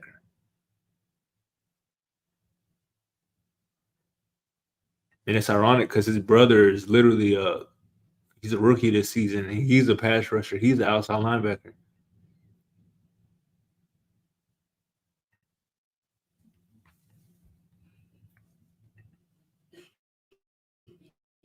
But yeah, they got Caden everywhere. This play, they showed pressure. They brought pressure. Not really. It's still 4 men. It's just all so cluttered up. We left one on one. I think that was on the safeties there. One of these safeties should have bid on that. Y'all are too deep. Y'all are too deep, bro. Like it's 3rd and 7, and y'all are like what is that? 30 yards deep. Down there, 20 yards deep. So yeah, I don't. Mm-mm. I don't like that. I don't like our third down defense. Very scary. Very, very, very scary.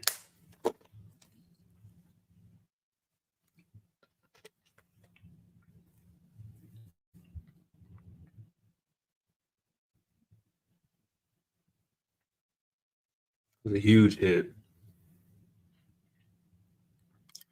This is a good play from Carolina, but we were on top of it for the most part, and that's why you get the incompletion. So definitely love having Nate Lemon back. We were still getting gashed in the run game, but still, I just think Nate Lemon is such an upgrade. He just feels like a linebacker. He doesn't feel new to the position. I mean, it just seems like he's going to do what the coaches want him to do. So love seeing him come back. It's funny I say that, and again, he gets lost with all the fake handoffs. He's lost in the backfield, and the ball went out over his head. This would be a good angle to see it. Uh, you know, he bit hard on that. So did Caden, but it doesn't hurt as much when Caden bite. Yeah, over his head. But, I mean, you gotta give credit to Carolina. Like they coming at us. Like they know our weakness. They sticking to it. Thank God they ran this play. See, this is the benefit of playing the Panthers. This was such a dumb play call. You had so many things going for you, and you just give up. Like you've been running the ball so well, play action so well. You didn't have to do none of that. Oh my! What in the world?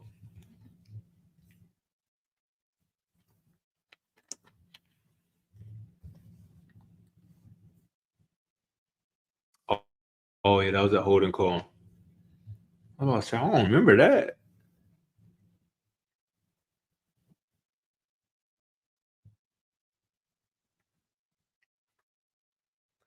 Where did Caden Ellis go? What?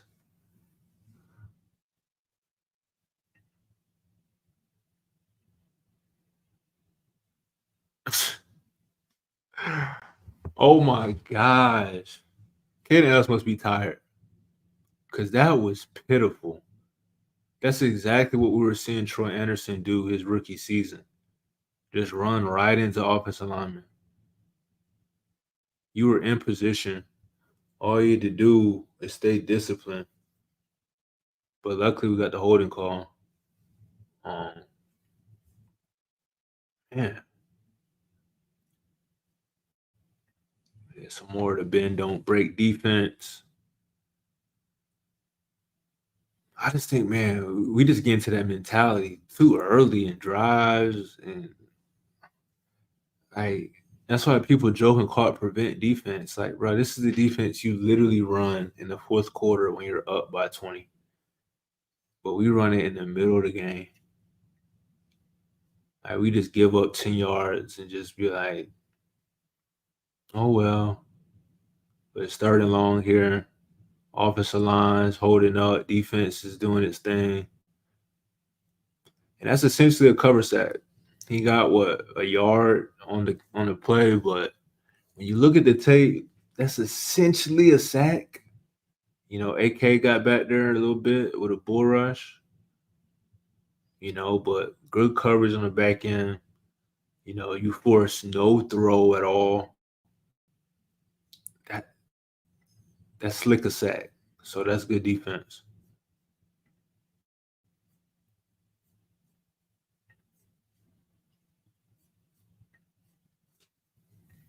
All right.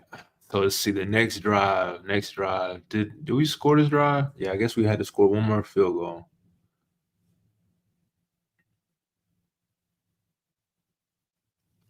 Man, Kirk be throwing that thing like Brett Favre sometimes, man. He be trying to fit it into some windows that don't be there.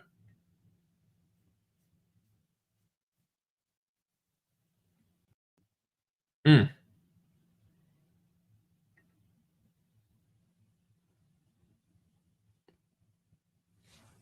not mad at that play call. You have the tendency of running in that situation, play action in that situation. I like just getting the ball in your playmaker's hands. I like that.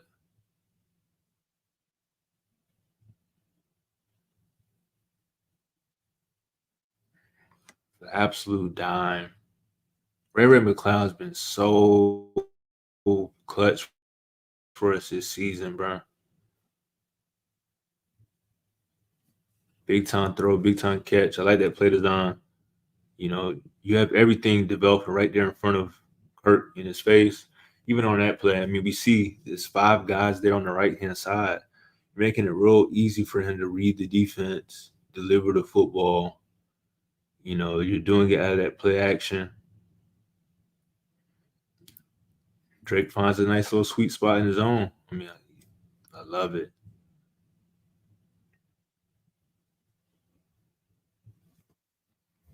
Mm, again, just masterful drive so far. Masterful.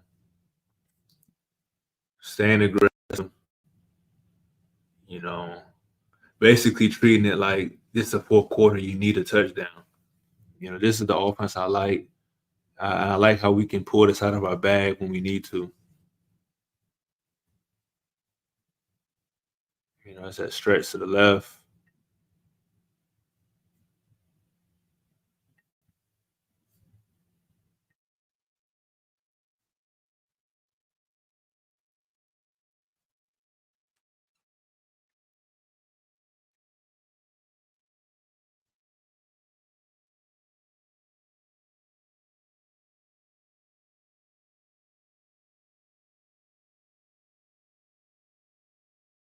Hmm. I like the motion, but I don't like some of these routes from Pitts. It's like he's really being used as a decoy more than we're admitting. But we see Drake as a tight end. Looks like they're in some type of zone coverage.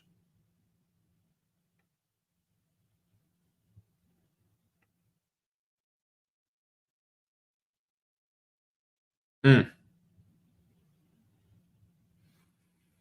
Yeah, it's good coverage. I mean, they weren't going to get beat deep. I find it so interesting that our offensive line is respected around the league. Our fan base, we think our offensive line is pretty good, but other teams can get pressure with four, and they had their backup linemen in. But then when we bring four against a trash offensive line, we can't get any pressure. So it's like, how bad is our defensive line on passing downs? It's so interesting. Like they really just brought forward a whole bunch of nobodies and affected the quarterback. This time they bring the whole house. So I'm glad that we're showing this play because I never understood why people were saying Pitts gave up on his play. I think Mark Sanchez said it on the live broadcast. I didn't see that.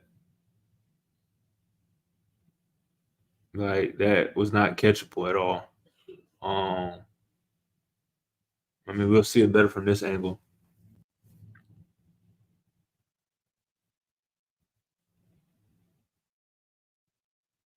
There's no way Pitts would have caught that. Um, if anything, we should be more um interested in the throw, the thought process before with the throw. Yeah, Kyle Pitts 1-on-1. Why are you not throwing a catchable jump ball? Like I'd almost even I'd live with an interception in that situation. If you're throwing Kyle Pitts a one-on-one ball against JC Horn and it gets intercepted, then it gets intercepted. But we just saw on the Panthers' first drive, they were on in the same exact situation. They had Deontay Johnson versus AJ Terrell one-on-one. AJ Terrell got beat inside. Andy Dalton makes a throw, touchdown, Carolina. We get in the same situation with our 6'6" tight end, top 5 pick, and we get the look we want. And all I'm saying is that really isn't on Pitts. Kirk could have threw a catchable ball, threw a jump ball, even if it's short of the end zone. Just throw something catchable. If it gets picked, it gets picked. But the whole narrative that Pitts gave up on his route, I don't see it. I'm sorry. That was not catchable at all. Like, what was he supposed to do? Try to draw a pass interference? I mean, maybe. But this was a good opportunity to throw a jump ball, and Kurt just missed it.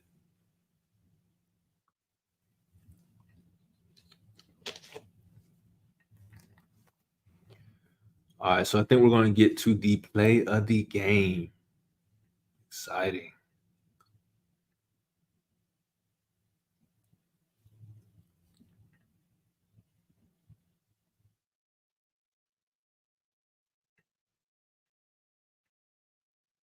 See, you see Justin Simmons creeping. He acting like gonna come down there, and that's what I said yesterday. I said this after watching the broadcast. It just felt like we were committing to putting the safety down low, but I didn't see the value of trying to disguise it and hide it so much. Like it is what it is.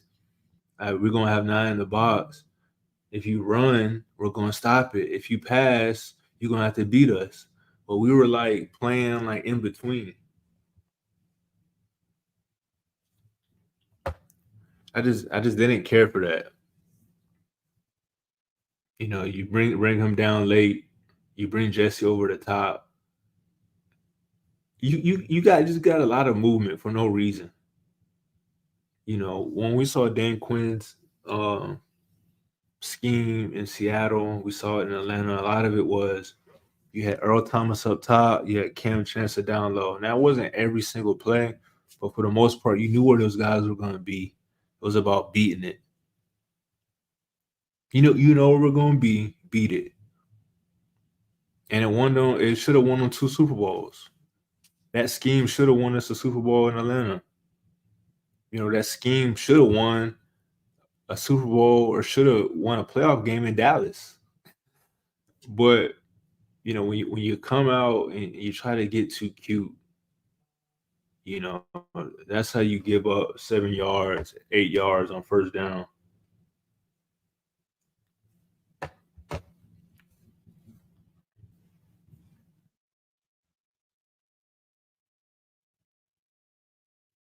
But yeah, that's just a good old traditional football play. West Coast, Shanahan. Um, oh my, where are our linebackers going?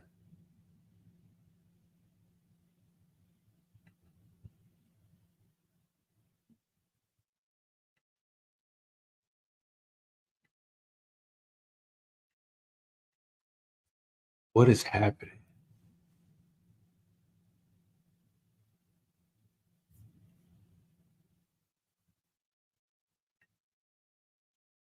Yeah, I'm convinced. Caden Ellis. Caden Ellis is the problem. Is clear. I love Caden. He does so much, but he is just running himself out of all these plays every time. Like, bro, they're literally running right at you, and you're running out the way. That's so interesting to see it from this angle.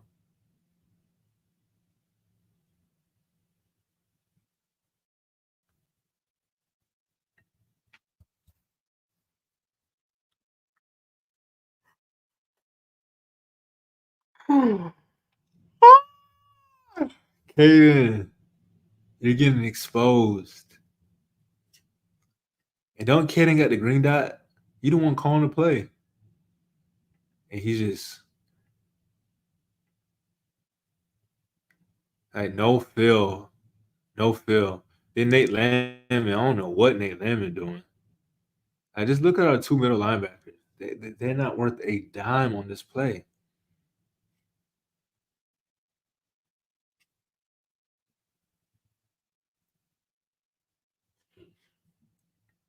And I said this earlier. Justin Simmons, he ain't trying to tackle.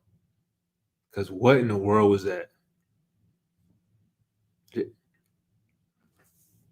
Simmons is not trying to play in the box. That's why he's not down there. But you just give up 10 yards. Like, and this is in the fourth quarter. Just look at our linebackers, man. D line's getting pushed back 4 or 5 yards. Justin Simmons, he is not trying to tackle. He's not about that life.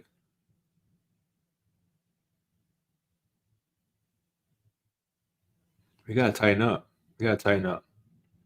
So again, we bring that safety down because I don't care what level you coach at. Ain't no way I'm gonna just watch my team get ran on. So Jesse down there, but like I said, it just feels like it's too much movement. Some people might be like, "Man, you want him in the box? Now he's in the box. You don't like that, bro? Get in the box and get set. You the only player moving, and it don't look like you're actually contributing to stopping the run. I mean, on that play, he got in there, he got mixed up. But imagine if he set.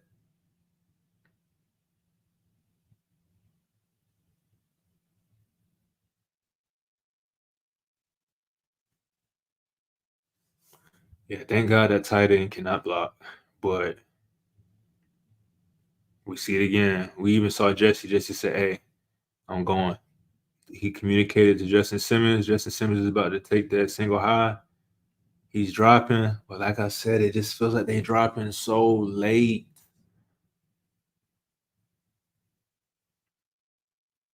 And look,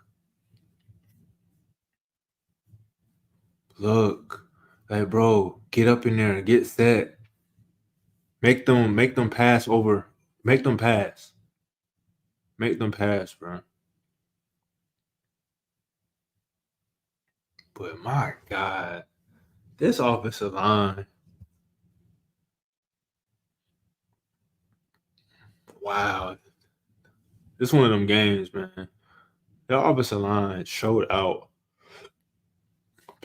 Pass game, running game, there was lights out, bro.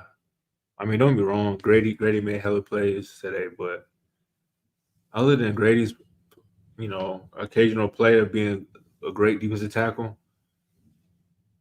they played really good.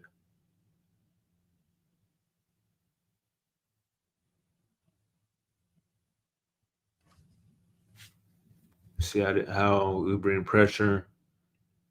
So we bring four, we bring a stunt. Stunt ain't do nothing. And I think we're gonna run the same stunt on the next play. I think. But AJ 1-on-1. I mean Deontay Johnson.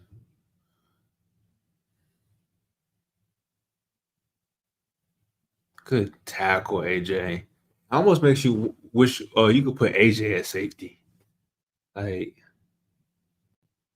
but great tackle, great play.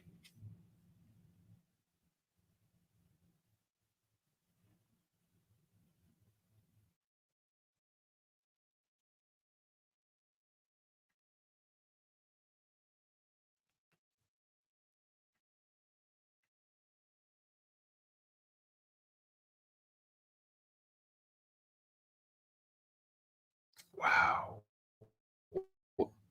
That was such a dumb throw from from Dalton. But man, AJ was trailing on this play and he got back. He recovered extremely well. And this is a hell of a play. It was a hell of a play for him to recover, to get back in position. Terrible decision from Dalton. I don't know what. I guess he thought, you know what, AJ just spent so much energy getting into that play. There's no way he'll be able to speed up. But now that I'm looking at it, AJ was guarding a tight end. So this is just such a dumb, dumb, dumb throw. But shout out to AJ, man.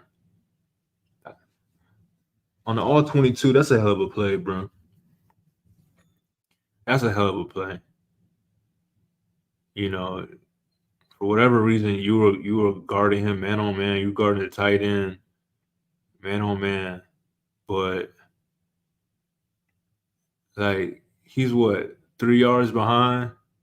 He was really 5 yards behind from the snap, and he really recovered and beat the tight end all the way across the formation. That's clutch. That's clutch. That's clutch, bro.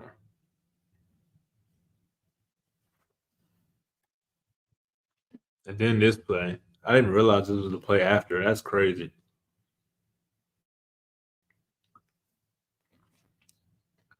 This might be the best 15-yard carry you'll ever see. I mean, not even 15. That was what, 20? Wow.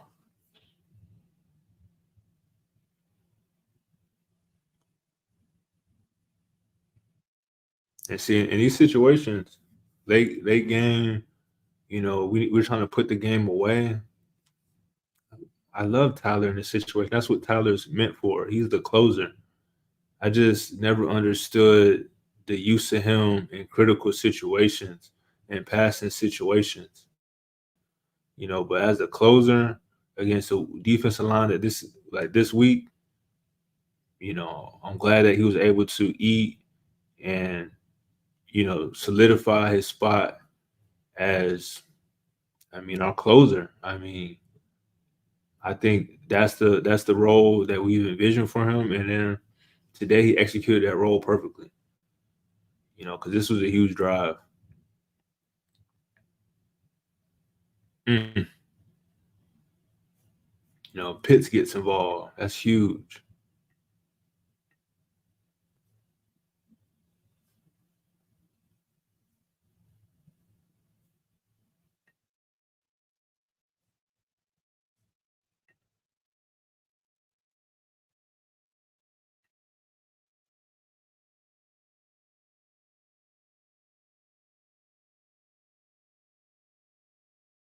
Mm.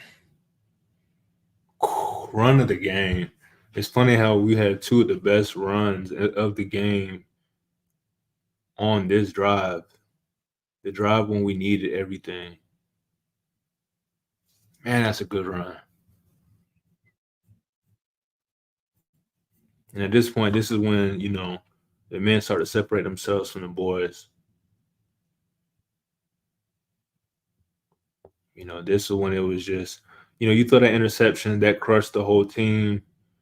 And then first play, um, Tyler Algier, he runs through the whole team.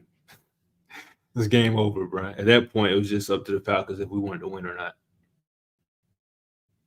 But at that point, We had took AJ Terrell took their soul. And like I said, watching the replay and seeing where he was at before the snap and understanding how much effort he put in just to get back into that route, did all of that and still caught the football, that was a big time interception. And for that to be his first one since 2001, I'll take it. I'll take it. He earned that one.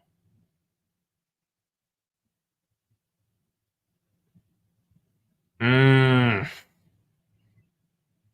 wow. Three of our best runs were on this drive.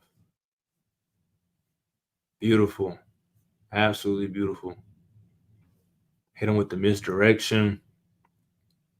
Nobody wants to tackle him. Ah, you love it. You love it.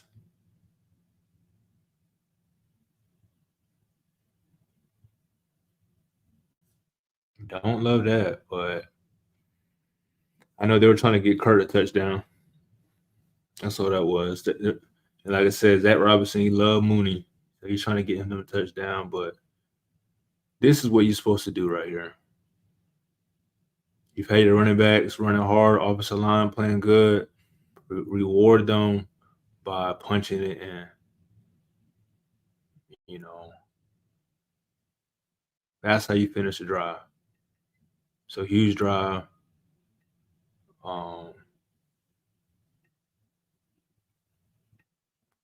and let's see this last interception. I know this ends up being a 4 and out, if I'm not mistaken. At this point, we're up by 15. Um, you know, now we have them right where we want them. Now you got to pass.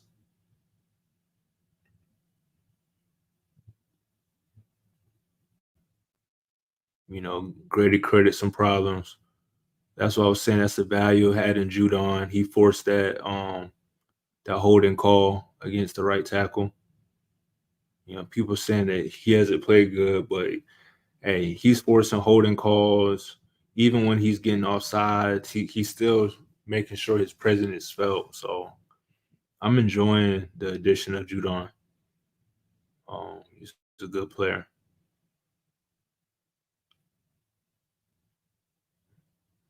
Now it's 3rd and long. Nate Landman forced another fumble.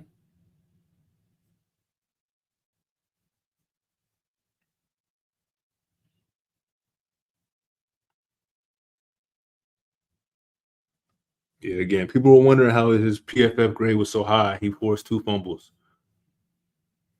You know, in 3rd and long, we guard the sticks, come up, make the tackle. That's textbook right there. That's textbook. That's what we want to do in this bend and don't break defense. You want to get the 15-point lead. You want to, try to get some type of pressure with 4. If you can't get there, allow the catch ahead of the sticks, and then rally. Like,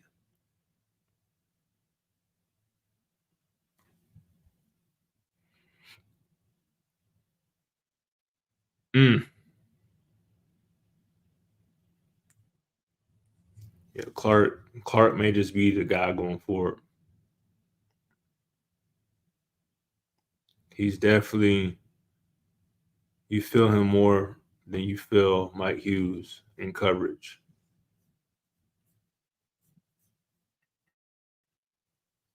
And so speaking of that, let's fast forward to the last drive for the Falcons. We know that we milked some clock. We got 3 points. Um, but it's only right we finish it with the Clark interception.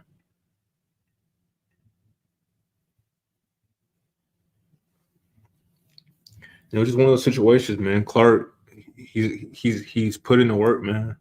Put in the work. He deserved an opportunity. He got his opportunity. He showed that he was going to be sticky in coverage, and I mean, he was in the right position.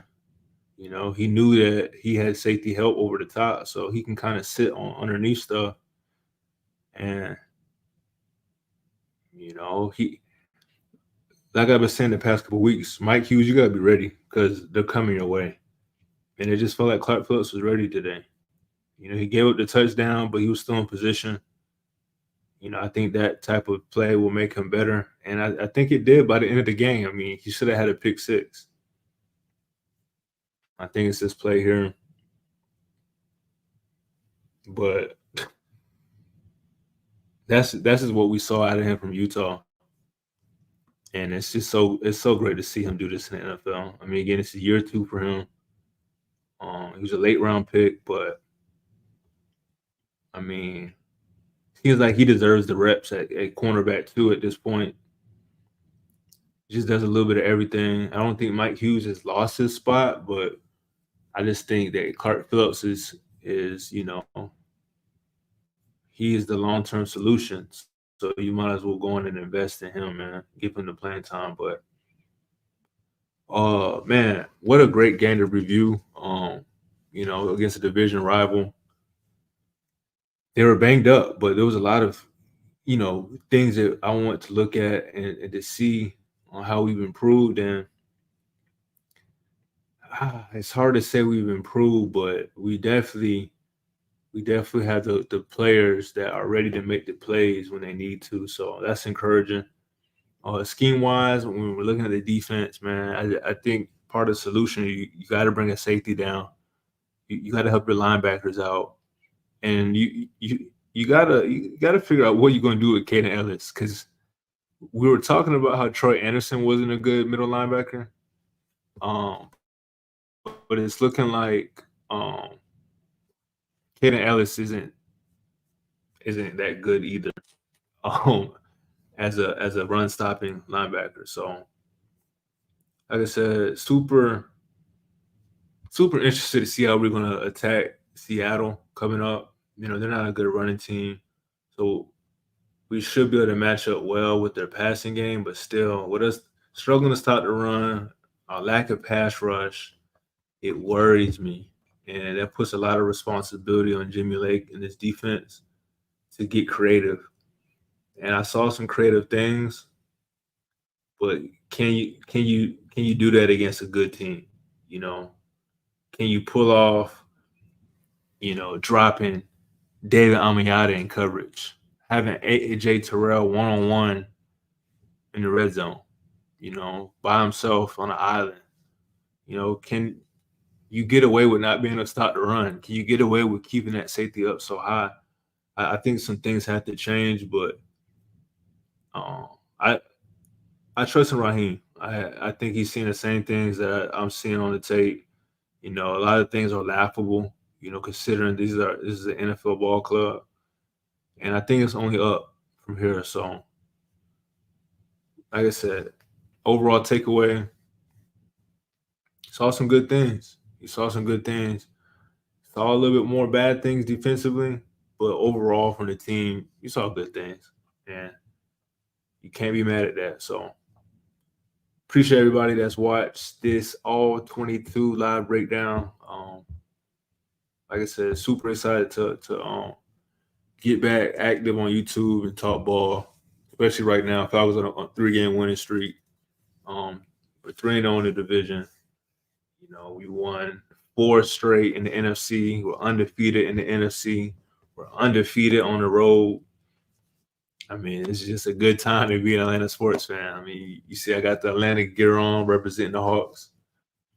So definitely, like I said, appreciate everybody pulling up, showing some love.